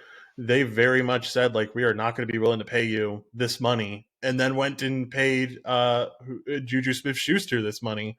Yeah, look how Like that went. same exact contract. I think it's a huge mishap on this Patriots side, and I think Jacoby's looking to prove him wrong this week. So as long as he's a go man, which I know he's limited with practice with that wrist injury, and especially with Devonte Adams dealing with this shoulder injury still, it seems like I'm all in on the Jacoby stuff, and maybe more tournament based than anything else because I think you just had better cash game plays elsewhere. But really do like the Jacoby Myers upside. Yeah, so the number one thing we always talk about on these podcasts is usually we skip Patriots games because the defense is usually really keeping things in check. And last week we saw the New England Patriots lose two key defenders and they're out for the season. And this defense all of a sudden is susceptible to pretty much everything. And so you're starting to see these fantasy points allowed numbers creep into places where we haven't seen them in years. Still, definitely a solid defense against the pass. But like I said, Christian Gonzalez not going to play here. And he's out for the season. Matt Judon out for the season. So you're going to start to see New England be a really bad defense. And I do think that the Raiders found some confidence in playing last week. And you have to kind of look at that and say, do you want Josh Jacobs if he touches the ball 20 plus times in a positive game script? Do you want or can you trust Devonte Adams over Jamar Chase? Look, as much as I think that Jair Alexander is a really good cornerback, I think Devonte Adams was a pure statue out there and a decoy Yep, on I Monday night. agree. And so, I agree. if that's a case, you just go right back to Jacoby Myers. And one thing more, and then I'll let you touch on the wide receivers, Josh Jacobs, all that. They really showed a propensity to get their tight ends more involved. We saw that with Michael Mayer specifically. And I don't think it's necessarily something we can act on this week, but it's a tendency that I'm looking at. And maybe if you're a week early or 2 weeks early to this in GPPs, you could really find yourself in a good spot. Again, the Patriots were one of the best teams against the tight end, they're going to lose two key defenders that are going to help open that wide up again here now. So I will say that I think at some point Raiders tight ends will be in play if these wide receivers continue to get hurt. I'm a Michael Mayer fan. I believe in the upside. I believe in the skill set that he had coming into the league and coming into this year, and I think it is a solid spot for him. So yeah, I don't mind the Michael Mayer stuff. I agree with you on the Devontae Adams side of things, where I think he really was decoyed in that last game, and I think he was just there to take pressure off of Jacoby. That was so the rest of this team could end up getting some yards and not have to deal with Jair Alexander defense. So yeah, I really like the upside here for this Raiders team. And like you mentioned, this Patriots team being without Matthew Judon, their best defensive piece that they have, and then also being without Christian Gonzalez is such a huge hole that they just don't have the ability to fill at this point in the season. Yeah. So reading more on the injury report stuff, the Raiders didn't practice Wednesday because they played Monday. But it was listed that in media stuff that if they had practiced, Myers would have been limited. Devontae would not have played because of veteran rest. So today we'll get more clarity on that. I would not be surprised to see Myers off the injury report completely by tomorrow. So I think he's just as fine. But it comes into a weird spot. And this is where a lot of your interest will be at the wide receiver position this week, where you have to decide between Adam Thielen, Jacoby Myers, Michael Pittman, and the Jacksonville receivers, DJ Moore.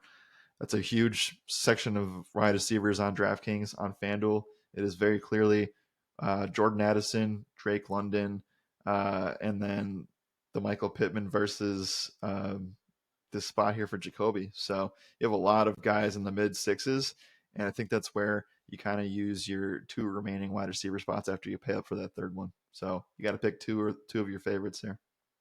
How viable is it this week when there's not really You a can go. running back? You Huh? got it. You Yeah, got it. when there's not really a running back that we really like, how viable is it to make to put a wide receiver in your flex spot this week? Because it feels like Oh, the right move almost. DraftKings, I'd be more open to it this week than any. And on FanDuel, kind of really just comes down to whether or not we get clarity on Bears running backs or on Arizona running backs, because I think I would be willing to play one of those situations if things got really bad. Yeah, And I would agree that is going to be a point where the price tag is way too cheap. So for sure, that's the moral there. definitely. All right, anything else in this game? Well, I guess pick'em stuff. We've got to talk it through. Let's. I don't think there's anything for the Patriots, so let's just start off with the Raiders. If there's a Jacoby number up, which I don't think there will be, considering that Devontae is still questionable. Yeah, nothing here. Be interested in a Jacoby Miles number if they get it up there. I don't mind Jimmy G going over 235 and a half passing yards. I think that most likely he has the same revenge narrative where, he felt a part of this team and ended up getting ditched for a pretty uh, low price tag for the Niners. Yeah, I think there's definitely some solid stuff with this Raiders team overall. I think so too. Again, I just got done with the Josh Jacobs stuff on Monday, and he looked better. Still didn't look great. And I don't know if it's scheme. I don't know if it's offensive line. I don't know if it's just Jacobs coming off of his best year and just not looking great so far to start. It's probably a multitude of things. Finally got in the end zone, got the touches and ran one for 20, like one for over 20 yards, but still didn't see the consistency that I wanted to see. He had a really good second half, not a great first half. New England's going to be a little bit more leaky in every category, like we mentioned. If you wanted to go here, you certainly could, but I'm not going to use pick'em stuff on that spot. I'd be willing to look at Jacoby Myers once we get a little bit more numbers. Yeah, for sure. All right. Anything else in this game, Jared? If not, let's move on to the next one. If Mac Jones had an interception number, I would take that this week. Yeah, I'd be down for it. Pretty sure he does over on Prize Picks. No, not yet. We'll have to see. I'm sure it'll come up there soon. All right. Next game up is going to be the Lions facing off against the Buccaneers. Currently, the Lions are 3-point favorites away from home. Over unders at 42.5. Let's talk about this Lions team first. Absolutely decimated the Panthers last week, like we already mentioned. and it was on the back of a lot of guys. David Montgomery had a really good week where 19 rushing attempts for 109 yards and a touchdown. We saw Josh Reynolds end up doing pretty well with a touchdown as well. The big news, like Sammy Laporta going absolutely ham with his 3 targets and or 3 receptions and 2 touchdowns.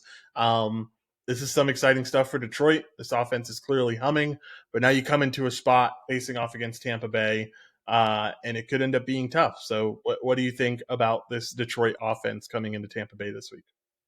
Yeah. First thing is that I think Amon-Ra St. Brown plays, and I think he was DNP 3 days in a row last week. And so Mm-hmm. if we got him official limited on Wednesday, it does feel like he's going to be in a spot where he comes back. We saw Jameson Williams very, very limited and not looking great, obviously. Definitely a dud there. But I do think that you're going to get some strength back for Monroe St. Brown. And I do include Jameson in that category. I think that they'll slowly introduce him to where he'll be like fully good to go here by Thanksgiving, at least, if not earlier than that.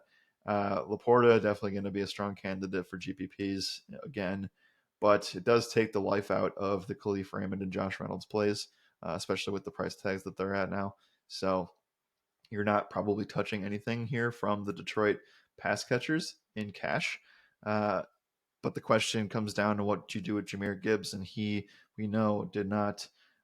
We don't know if he's going to be healthy enough until Friday, which Yeah, I think the biggest thing here, outside of the fact that he didn't practice Wednesday, which is not great, is the no, fact that Dan Campbell came out and said everything that Jahmyr Gibbs drafters absolutely despised, and the fact that he just came out straight.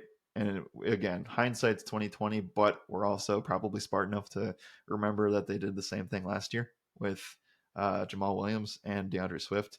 And Swift was the guy again that was banged up, and maybe there's a little bit more history there that clouded that information. But Dan Campbell said you love to have a guy like David Montgomery who will take the load of 20, 25, even sometimes 30 touches at the running back position. And he called Jahmyr Gibbs a changeup. And so that's yeah, the worst thing that you want to hear in terms of yeah, that, in terms of Gibbs. But David Montgomery's role is just going to be incredible. The problem with that is I hate taking running backs against Tampa Bay. And yeah, so that's a very tough thing for me to swallow this week. I will lean Mostert. I will lean with Mixon. I will lean with a few other guys. I'd even say Kamara at this point. Travis Etienne, definitely. I do think David Montgomery will pop in a lot of projections. I'm sure the optimizer probably has something to say about that because the touch count's insane. And if Gibbs is out, I understand if you want to play him. But this is also a Tampa Bay defense that is not top 10 against running backs at the moment.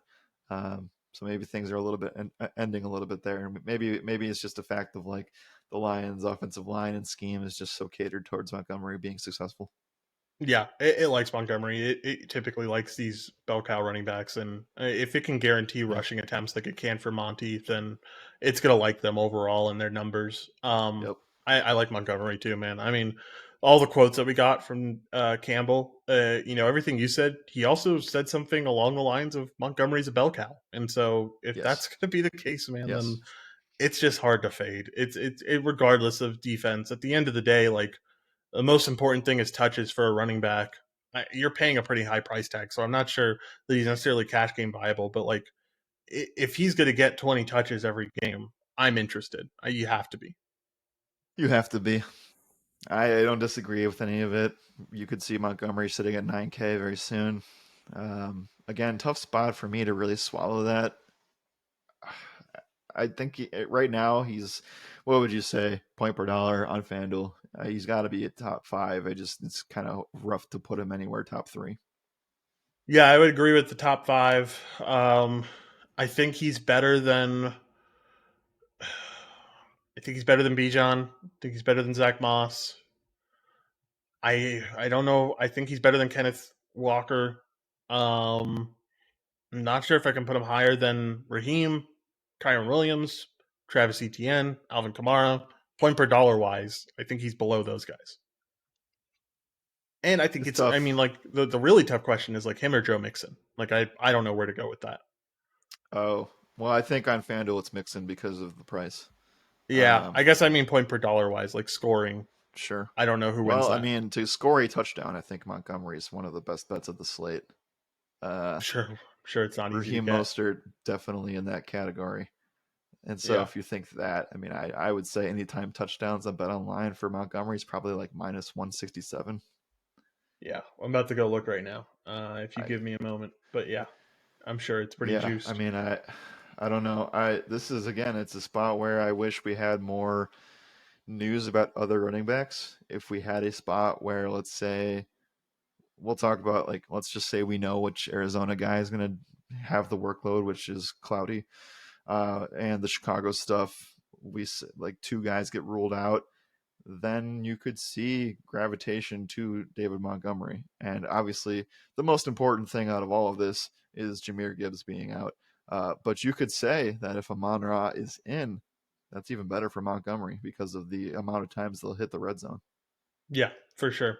Minus 143. I think the only guys that have better odds than minus 143 are Kyron Williams, Christian McCaffrey, and Raheem Mostert. Yeah. And Tyreek Hill also. Tyreek Hill also has minus 167. So not many guys that are projected to score a touchdown like Montgomery Yeah. this week. Yeah. Um, all right, let's talk about the other side. Let's talk about some Tampa Bay options here because we've seen this offense be pretty impressive overall, and we've definitely seen some holes in Detroit, especially when it comes to their secondary. You know, with all the injuries they've sustained already, I feel like this could be a good spot. It's kind of worrisome to see Mike Evans not practicing. Didn't Yeah. practice this week on Wednesday due to that hamstring injury. That's tough, but if he's out, how good of a play is Chris Godwin? Yeah, it certainly wasn't great to see Mike Evans not practicing, and he's not going to practice again today. By the way, they've just got that notice about a half hour Mm, ago. So I don't feel great about that. I do think that that would put the spot for Chris Godwin in a spot where he's very close to being a cash game option, if not one of the better options. I'm scrolling, and am I looking at this right? Yeah, he is 6,300 on FanDuel, so he would yeah, be a massively owned piece, and I would jump all over that. That's definitely in the wheelhouse there. We finally saw a spot where he's going to get peppered with targets. Mike Evans has played through a lot of injuries. Hamstrings have never been one where he's been able to stay completely on the field for. So I do worry tremendously about that. And what's even worse is that they're coming off of a bye. Tampa is, and he's not hmm practicing Wednesday, Thursday.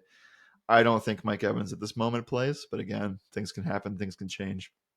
So if we know that this game projects to be within a field goal, right now 3.5 points towards Detroit, I think Chris Godwin vaults up the list. And again, another one of those guys that is at this really, really discount, like I think relatively discounted range on DraftKings at like this 5,500 to 7K range.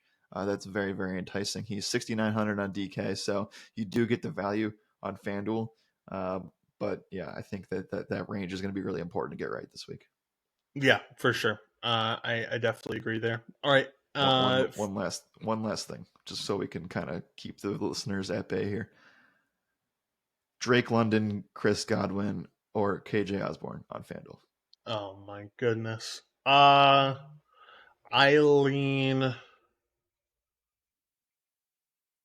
That's really tough, man. I lean with.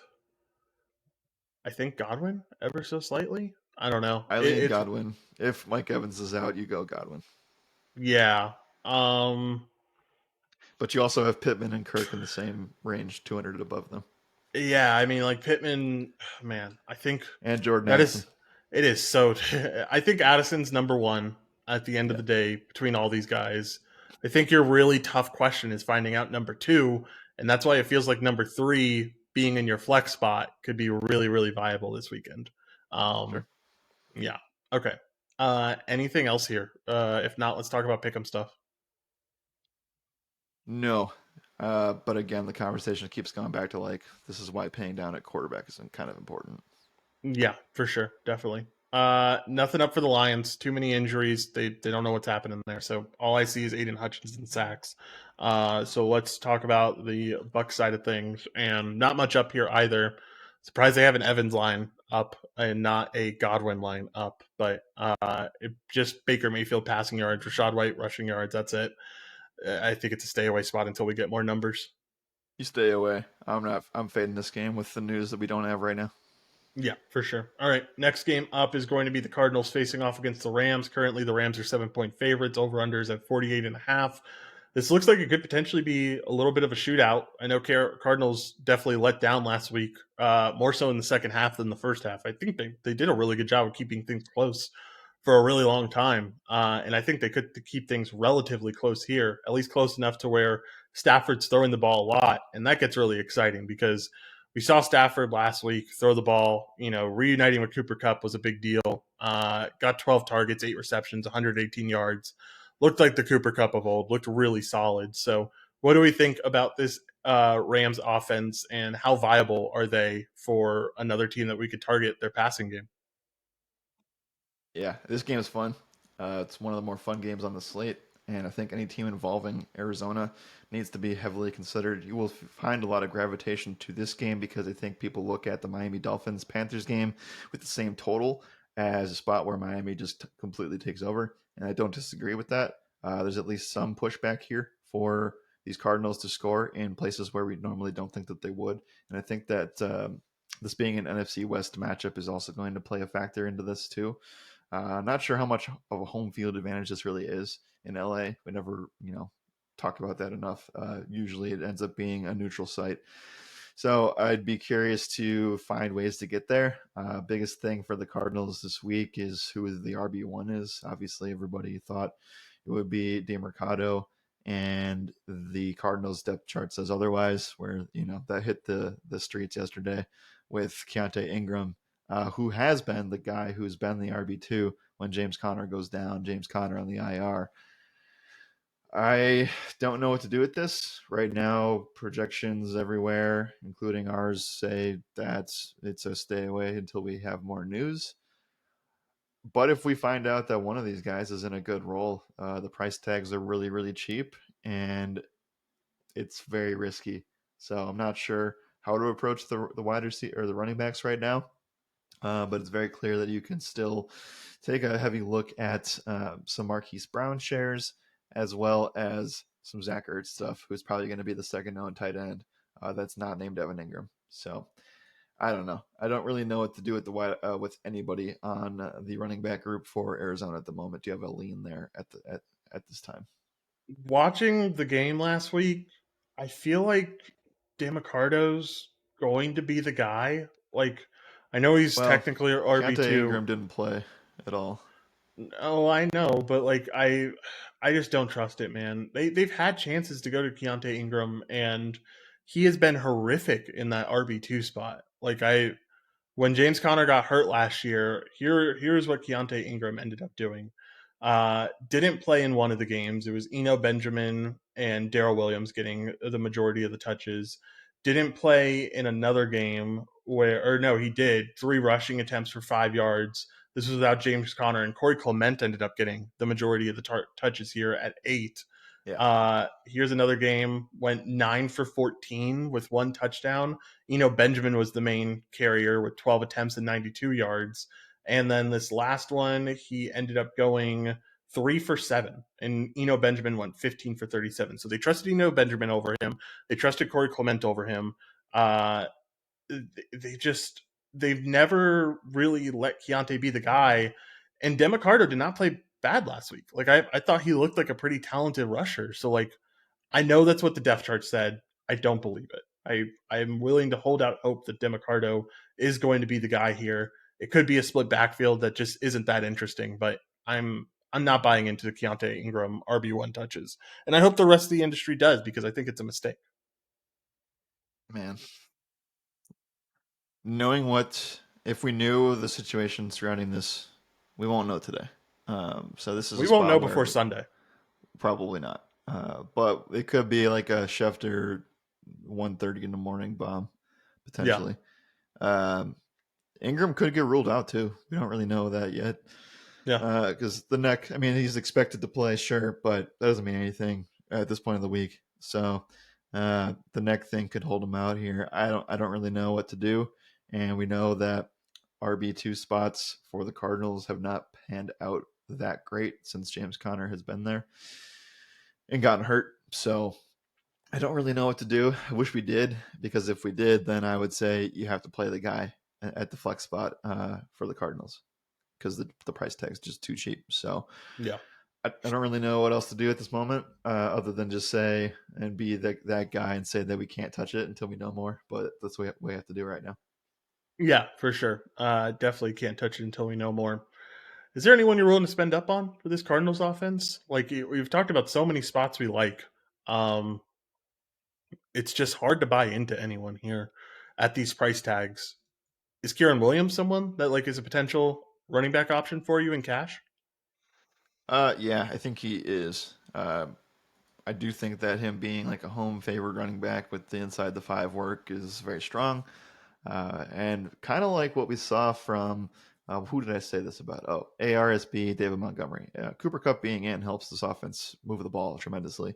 So if you Mm-hmm. could find more ways to get goal line touches there, obviously he can lose some to Cup and to Puka, but I do think that the Rams will have, again. They had a great game last week. Unfortunately, fell short to the Eagles, but if they were able to put some of those numbers up against Philly, what have we said the last couple weeks? Like, facing the Cardinals is like fantasy points heaven. So you have to No. have some interest in the spots for the LA Rams here. It is tougher for me to get behind Kieran Williams on FanDuel, where I think that his price tag is a little bit egregious. I think he will garner ownership still. Maybe the conversation to be had is on DraftKings, where it's a little bit, I don't know, I say that. It's not really that much more manageable. I guess it is at 6,500, but Raheem versus Williams, that one's a really tough decision. Maybe it's not even a decision and you just played the two of them.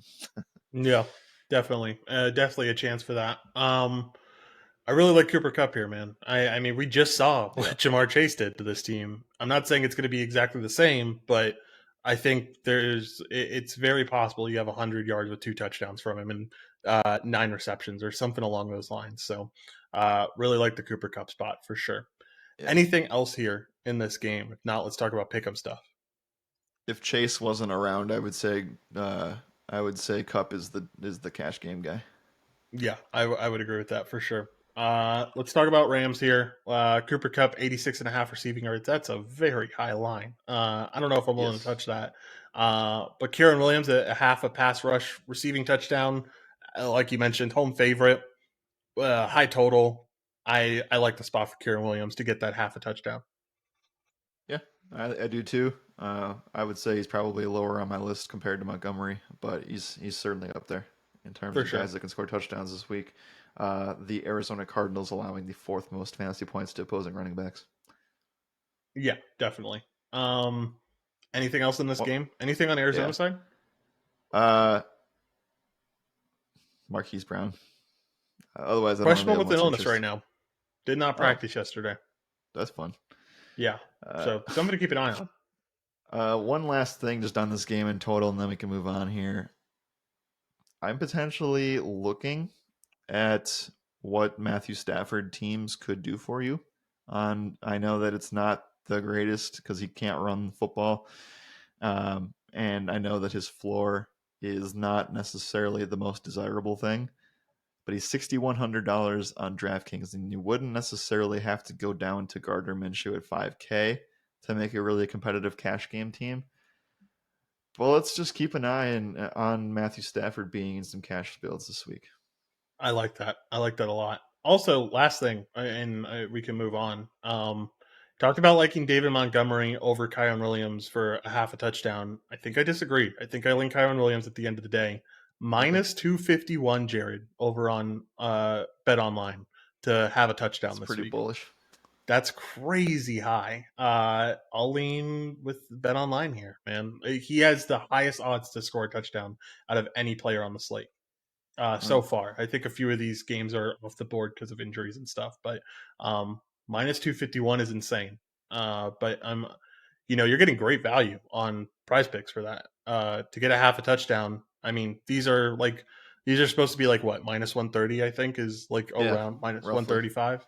Um, I think getting him there is really solid. So I wouldn't be surprised if that's off the board by the end of the week or come Sunday Yeah. morning. Okay. I guess to reiterate then, on FanDuel, it's tougher to get Williams. Hmm. On DraftKings, I think you're just doing it. Yeah, I think for you're just sure. doing it. I think you're just playing him. Mix and Mostert seem to be the highest graded guys over there right now. Yep, definitely. All right. Let's move on. Last game of the show, Jared. Thank goodness. This has been a long one.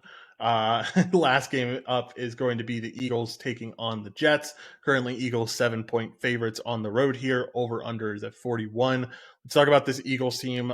Can I just say, I think all the talk was on the 49ers because of how they decimated that Cowboys team, but Mm-hmm. applause for the Eagles here because I think they masterfully handled that game to completely take the wind out of the sails of that Rams offense and to basically hold Yeah. ball away from them for I think out of the last 20 minutes of the game, they had the ball for over 16 minutes, Jared. Like Yep. they did such a good job of handling that game. I think it was a masterclass of coaching for Nick Sirianni, and now you come into a game against this Jets team that definitely has to be feeling good about themselves after getting that win against the Broncos, especially after the comments made about Nathaniel Hackett and everything too. Um, I feel like it hurts and the Eagles could come in and just decimate all of that confidence, though, because we know how good this football team is. We know this is going to be a really tough matchup for Zach Wilson in the team there. And I honestly think the Eagles might have their way with this Jets defense. I know we've been touting them and saying, we really respect what this Jets defense brings.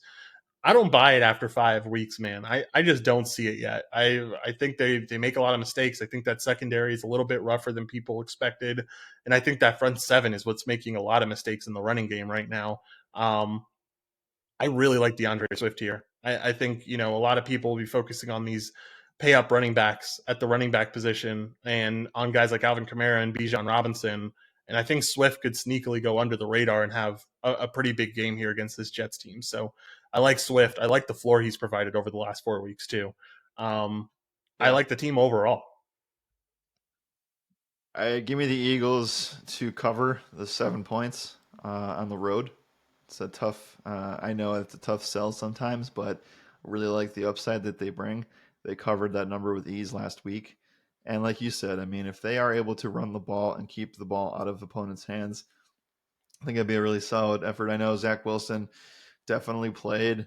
I won't say above his head, but I feel like that's the most clear thing I can say this season, last week. So I don't know. I think this is a completely different defense that he is facing now than what he played against in Kansas City last week. So, not to discredit the Chiefs, it's just a different defense, completely different defense. So, I will lean with saying that Jalen Hurts is still a viable cash game quarterback. 8,700 feels like a lot, but when you look at the rest of the slate and see the floor of other quarterbacks, I think he has a floor that's probably 3 or 4 points higher than everybody else, and that is including Justin Fields too. Um, so I think that he's still in the top five in terms of quarterbacks that you want to play for cash this week. Potentially top three. It's hard to get there on DraftKings and make a competitive team. DeAndre Swift, I really like as well. We would be talking more about him if not for all of the running back injuries as well as the good spots that are on the slate. So I still think that he is very viable at 7,200. Probably a guy that people leave out of lineups this week. And I think that he still is fine. I might still end up siding with the fact of playing other guys, but he definitely can have a top 6, 7, even top. Well, let's just say it. He could be the top overall running back if things go Mm-hmm. his way. Uh, and then I think the main call that I want to have here is that the Jets are the worst team against the tight end, and we know that Dallas Goedert had a quiet start to the year, ended up going off and having one of his better games. So I like Dallas Goedert a lot too.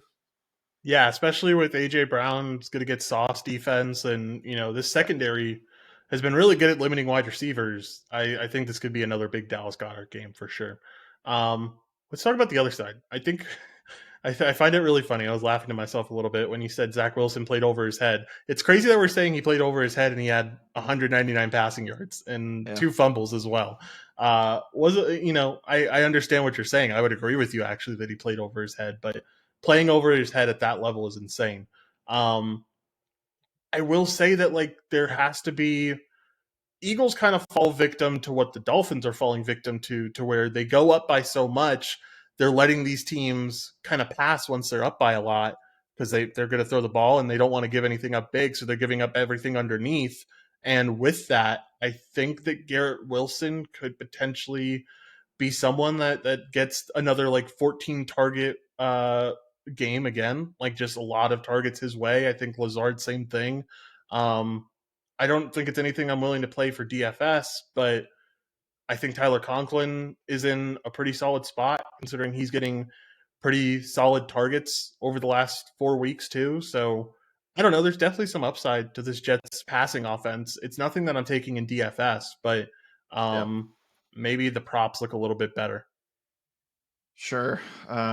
Noting as well that wide receiver twos have done better against Philly as well. I know that there aren't really guys to necessarily take a look at. Alan Lazard is not somebody I would love to fill my Alan confidence in Lazard, your here. boy. He's your boy, Yeah. man. How I can would you have say felt that? much better if Rodgers was playing, obviously. I'm sure. I'm out on the Jets this week. Yeah. There's no reason to go here. I mean, Fair. let's look at Garrett Wilson numbers. Yeah, let's look at Garrett Wilson numbers. Let's look at Eagles numbers as well because I'll be curious to see what Swift is going to be at. But Garrett Wilson, 51 and a half receiving yards. I want a receptions number if I'm going to actually, I don't even want a receptions number. I want a targets number if I'm going to look at anything here. Yeah. Uh, that's the number I'd be really interested in. If it's anything under 8.5, I think I'd be willing to take an over there. That's about it though. I don't think I'm relying on anything else here. I mean, Brees Hall has 2 of the 5 most explosive runs in the NFL this year. Yeah, against the Denver Broncos and who else? Against the I Denver don't Broncos and remember. the Buffalo Bills, probably that big run he had against Yeah. Buffalo in Week Yeah. One. Nah, I'll pass. Okay. I'll be excited to play some Brees Hall when he gets better matchups, but that was a really good matchup for him, and we kind of called it on the show too last week. And I think when he has a good matchup, it's definitely viable. But this is one of the best run defenses in the NFL, if not the best run defense in the NFL. So hard to run against them. DeAndre Swift has a where is it? Oh, do they not have a number? Oh, no, they do. 62 and a half rushing yards, 83 and a half rushing and receiving yards. I'm willing to take 62 and a half rushing yards. I don't really know if I like the receiving yards, but he has been pretty involved in the receiving game, so maybe it's not a bad option. Um, Yeah. also really like Goddard over 32 and a half, 37 and a half receiving yards. That's entirely too low for such a good spot. Yep. I love Goddard. We'll go with Yeah. the 37.5 receiving yards number. Yeah, for sure. All right, Jared. It has been 2 hours and 12 minutes, and we have gone through the whole slate. I expected this one to be a little bit shorter, but it was not. Still fine. Glad we were able to go very in depth. Let's go through some of our final score predictions for all these games, and then we can get out of here, give some final thoughts as well. First game up, Seahawks and Bengals. What do you have here? Seahawks Bengals.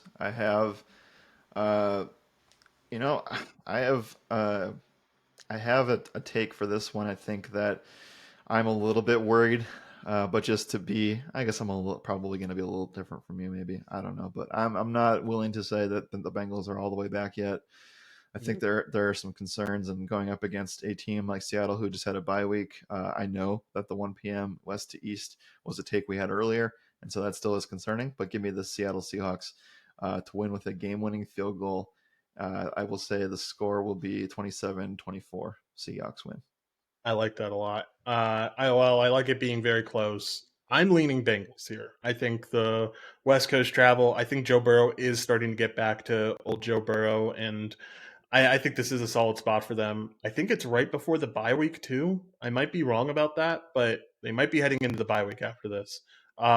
Regardless, like Bengals here, they end up winning a close one. Give me 24-21. Bengals end up winning. Okay. Niners and Browns. Niners win this game, man. Niners don't steamroll, but they win 21-6. Uh, I expect that Deshaun Watson's not playing this one. I expect that Deshaun Watson's not playing either. They wouldn't have said that. They wouldn't have said the PJ Walker thing at all if they had zero Yep. inclination that he wasn't playing. Niners will cover the 7 point spread. Congrats to all that got it at 2, 4, 5, 6 this week. Seriously. And the Niners will win 24, and Cleveland will score 13, and they'll cover. Nice. I like it. All right. Next game up is going to be the Commanders facing off against the Falcons. I think Falcons keep rolling here, man. There is something about these Falcons home games that they have won the last 6 home games Yeah, over this season and last Ritter's season. undefeated at home, I think. Yeah, yeah, I think you're right. This Falcons home stadium goes ballistic. So Falcons win this one. They cover. And I think it's a little bit high scoring because I think this Commanders defense looks awful right now. And I Yeah. think there's ways to take advantage of the Falcons defense. So Commanders end up winning. Give me 27-24. I think the Falcons could be this year's Vikings, where they just win a lot of close games. I like that take. And you saw that last week. And so I'll go with them covering here by a field goal, and I'll say 24-21. I like it. All right. Next game up is going to be the Bears facing off against the Vikings. I think this is an unpopular take, but give me Bears to win this one, man. I think Okay. that they needed that confidence boost last week, and they got it. And Vikings coming in with such bad vibes now at what 1-4, I think at this point, Yep. and losing your top Same weapon as record. well, it's just a really bad. I'm sure like locker room vibes are just pretty awful right now. So give me Bears winning this one. I think they both teams put on a show. 35-28. Bears end up winning. They really have the same record. They sure do. That's Uh, crazy. whoever. The only thing I can think of, and this is going to be my take, not great, but NFL script worthy, I guess. Bears lose because they are tanking. So Ooh, uh, yeah, right now they have the top 2 overall picks in the NFL draft next year. yeah, So they do. yeah. So I will go Minnesota wins. They'll find a way. Jordan Addison coming out party. I'll say Minnesota 27, Chicago Bears 23. I like it. Every time I remember that the Bears have the top 2 picks. I just think of how massive of a mistake this Carolina trade was, and how So far, it yeah. it could potentially like decimate their chances of being competitive in this league for the next like 3 seasons potentially. Anyway, moving on into the next one, Colts and Jags. I think Colts win this one, man. I think the layover of travel is real for Jacksonville, and I think that this Colts team with Gardner Minshew, as hard it is to say with how electric Anthony Richardson is, like I think they are a very good football team with Gardner Minshew at the helm. So Yep. uh, Minshew ends up leading them to a win. Give me 20-17. Jacksonville ends up winning. It's a feel good story. They lose Richardson, but they get Jonathan Taylor. And like you said, jet lag stuff. This is going to be an AFC South division that every single game is going to be close. And this game was very close in week 1. I think that the Colts, and I'll jump on the bandwagon with you. We'll say Colts win 24, Jacksonville 23. I like it. I like it a lot. All right, next game up: Saints and Texans. I'd rather not guess this game because I have Yeah, no clue. This same. is like the one of the biggest coin flips of the week. No clue who wins this, but I will take Saints because I think all these injuries to the secondary is going to limit what CJ Stroud can really do, and I think Alvin Kamara ends up getting them there. So Saints end up winning a very ugly football game. Give me 17-12. Yeah, if one or two of those receivers for Houston can't go, I don't see how they can move the ball effectively, and they can easily take Nico Collins out of that game. So I'll go Saints, and I guess if you're betting the Saints to win, you might as well just take the -1 to cover. So we'll go. Man, this is going to be one of the worst games on the slate. So I'll It really go. is. Ugly I'll go game. Saints. Saints 20, Texans 17. I like it. All right. Next game up, Carolina facing off against the Dolphins. Dolphins steamroll, man. Absolute steamroll. 38 to 17. 38 to 17. Dolphins win. Yep. We'll say Dolphins cover. I know it's a huge spread, but if you were taking the Miami Dolphins minus 11 or what it was against the Giants, this is just a better scenario for them. And this is a home game. And, I think that Carolina showed promise last week against a poor Minnesota defense, but different situation again. Bryce Young is going to have a tough time trying to get the interceptions under control. So, yeah, I'll say Dolphins will win, cover the spread here. And my favorite bet over on Bet Online this week, Dolphins over 30.5 team total. I think that that's one of the best bets on the slate. And we'll go Dolphins 41, Panthers 21. I like it. All right. Next game up is going to be the Patriots versus the Raiders. Jared, the last 12 times that Mac Jones has been an underdog, he has lost against the spread, which is insane. Yes. Raiders win this one. They cover as well. It's a little bit closer. I think New England is going to put up a little bit more of a fight, but I don't think it's enough. Raiders end up winning this one 17 to 14. It's one of my favorite unders of the week. I think Yeah, this game's awful seriously. too. So I'll take the under 41.5, but I'll also go Raiders win. They get a nice couple of wins in a row here. And we'll go with the Raiders 23, Patriots 16. I like it. All right, next game up: Lions and Buccaneers. I think the Bucks win this game. I know they're underdogs here, but I think Lions having to go out of Detroit, having to go out of that. They love playing indoors there in Detroit, and the Bucks kind of coming off of the bye, them really buying into Baker and everything. I think Bucks win this one, and I think Bucks end up winning 21 to 17. I worry about Mike Evans if that's the case. So I think you kind of want to have him play there, hopefully. But I don't think it's a uh, necessity though. So something that we didn't talk about. I am interested in them starting to get more targets to Kate Otten. I sure. think he can kind of be their big body guy in the end zone. Trey Palmer's been showing off some stuff. He looks solid. Devin Tompkins as well. Like they have guys there. Raheem Jarrett, another guy that I think could potentially play into things, and Rashad White too. Feel like we're not talking about him enough in the receiving game. Not that I'd play him in this spot, but they have a lot of weapons there. I guess is what I'm trying to say. Yeah, there's also the fact of like NFC North teams and any North team that's above Illinois doesn't play well in Tampa at this point of the season. Uh, Detroit doesn't practice outside though, from what I understand. So they play in a dome anyway. So maybe it's not that big of a deal. But usually teams from the north that travel to play when the temperatures are changing usually don't perform as well. But this Lions team, if they have Montgomery, if they have Amon-Ra back, I do think that they will be in a spot where they can win a close game. So I'll say that Tampa covers, but Detroit wins. Is that a fair I predicament? think that's fair. Yeah, I think that it will be lower scoring than what the total kind of indicates that. So we'll go Lions 23, Tampa 21. I like it. All right, next game up: Rams and Cardinals. I think Rams win this one. I think Cardinals put up more of a fight though. I still think Rams cover. They win by 10. Give me to 27 to 17.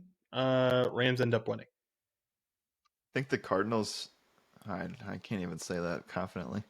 Uh, no, I can't say that. I think the Rams have. I think the Rams can cover this number.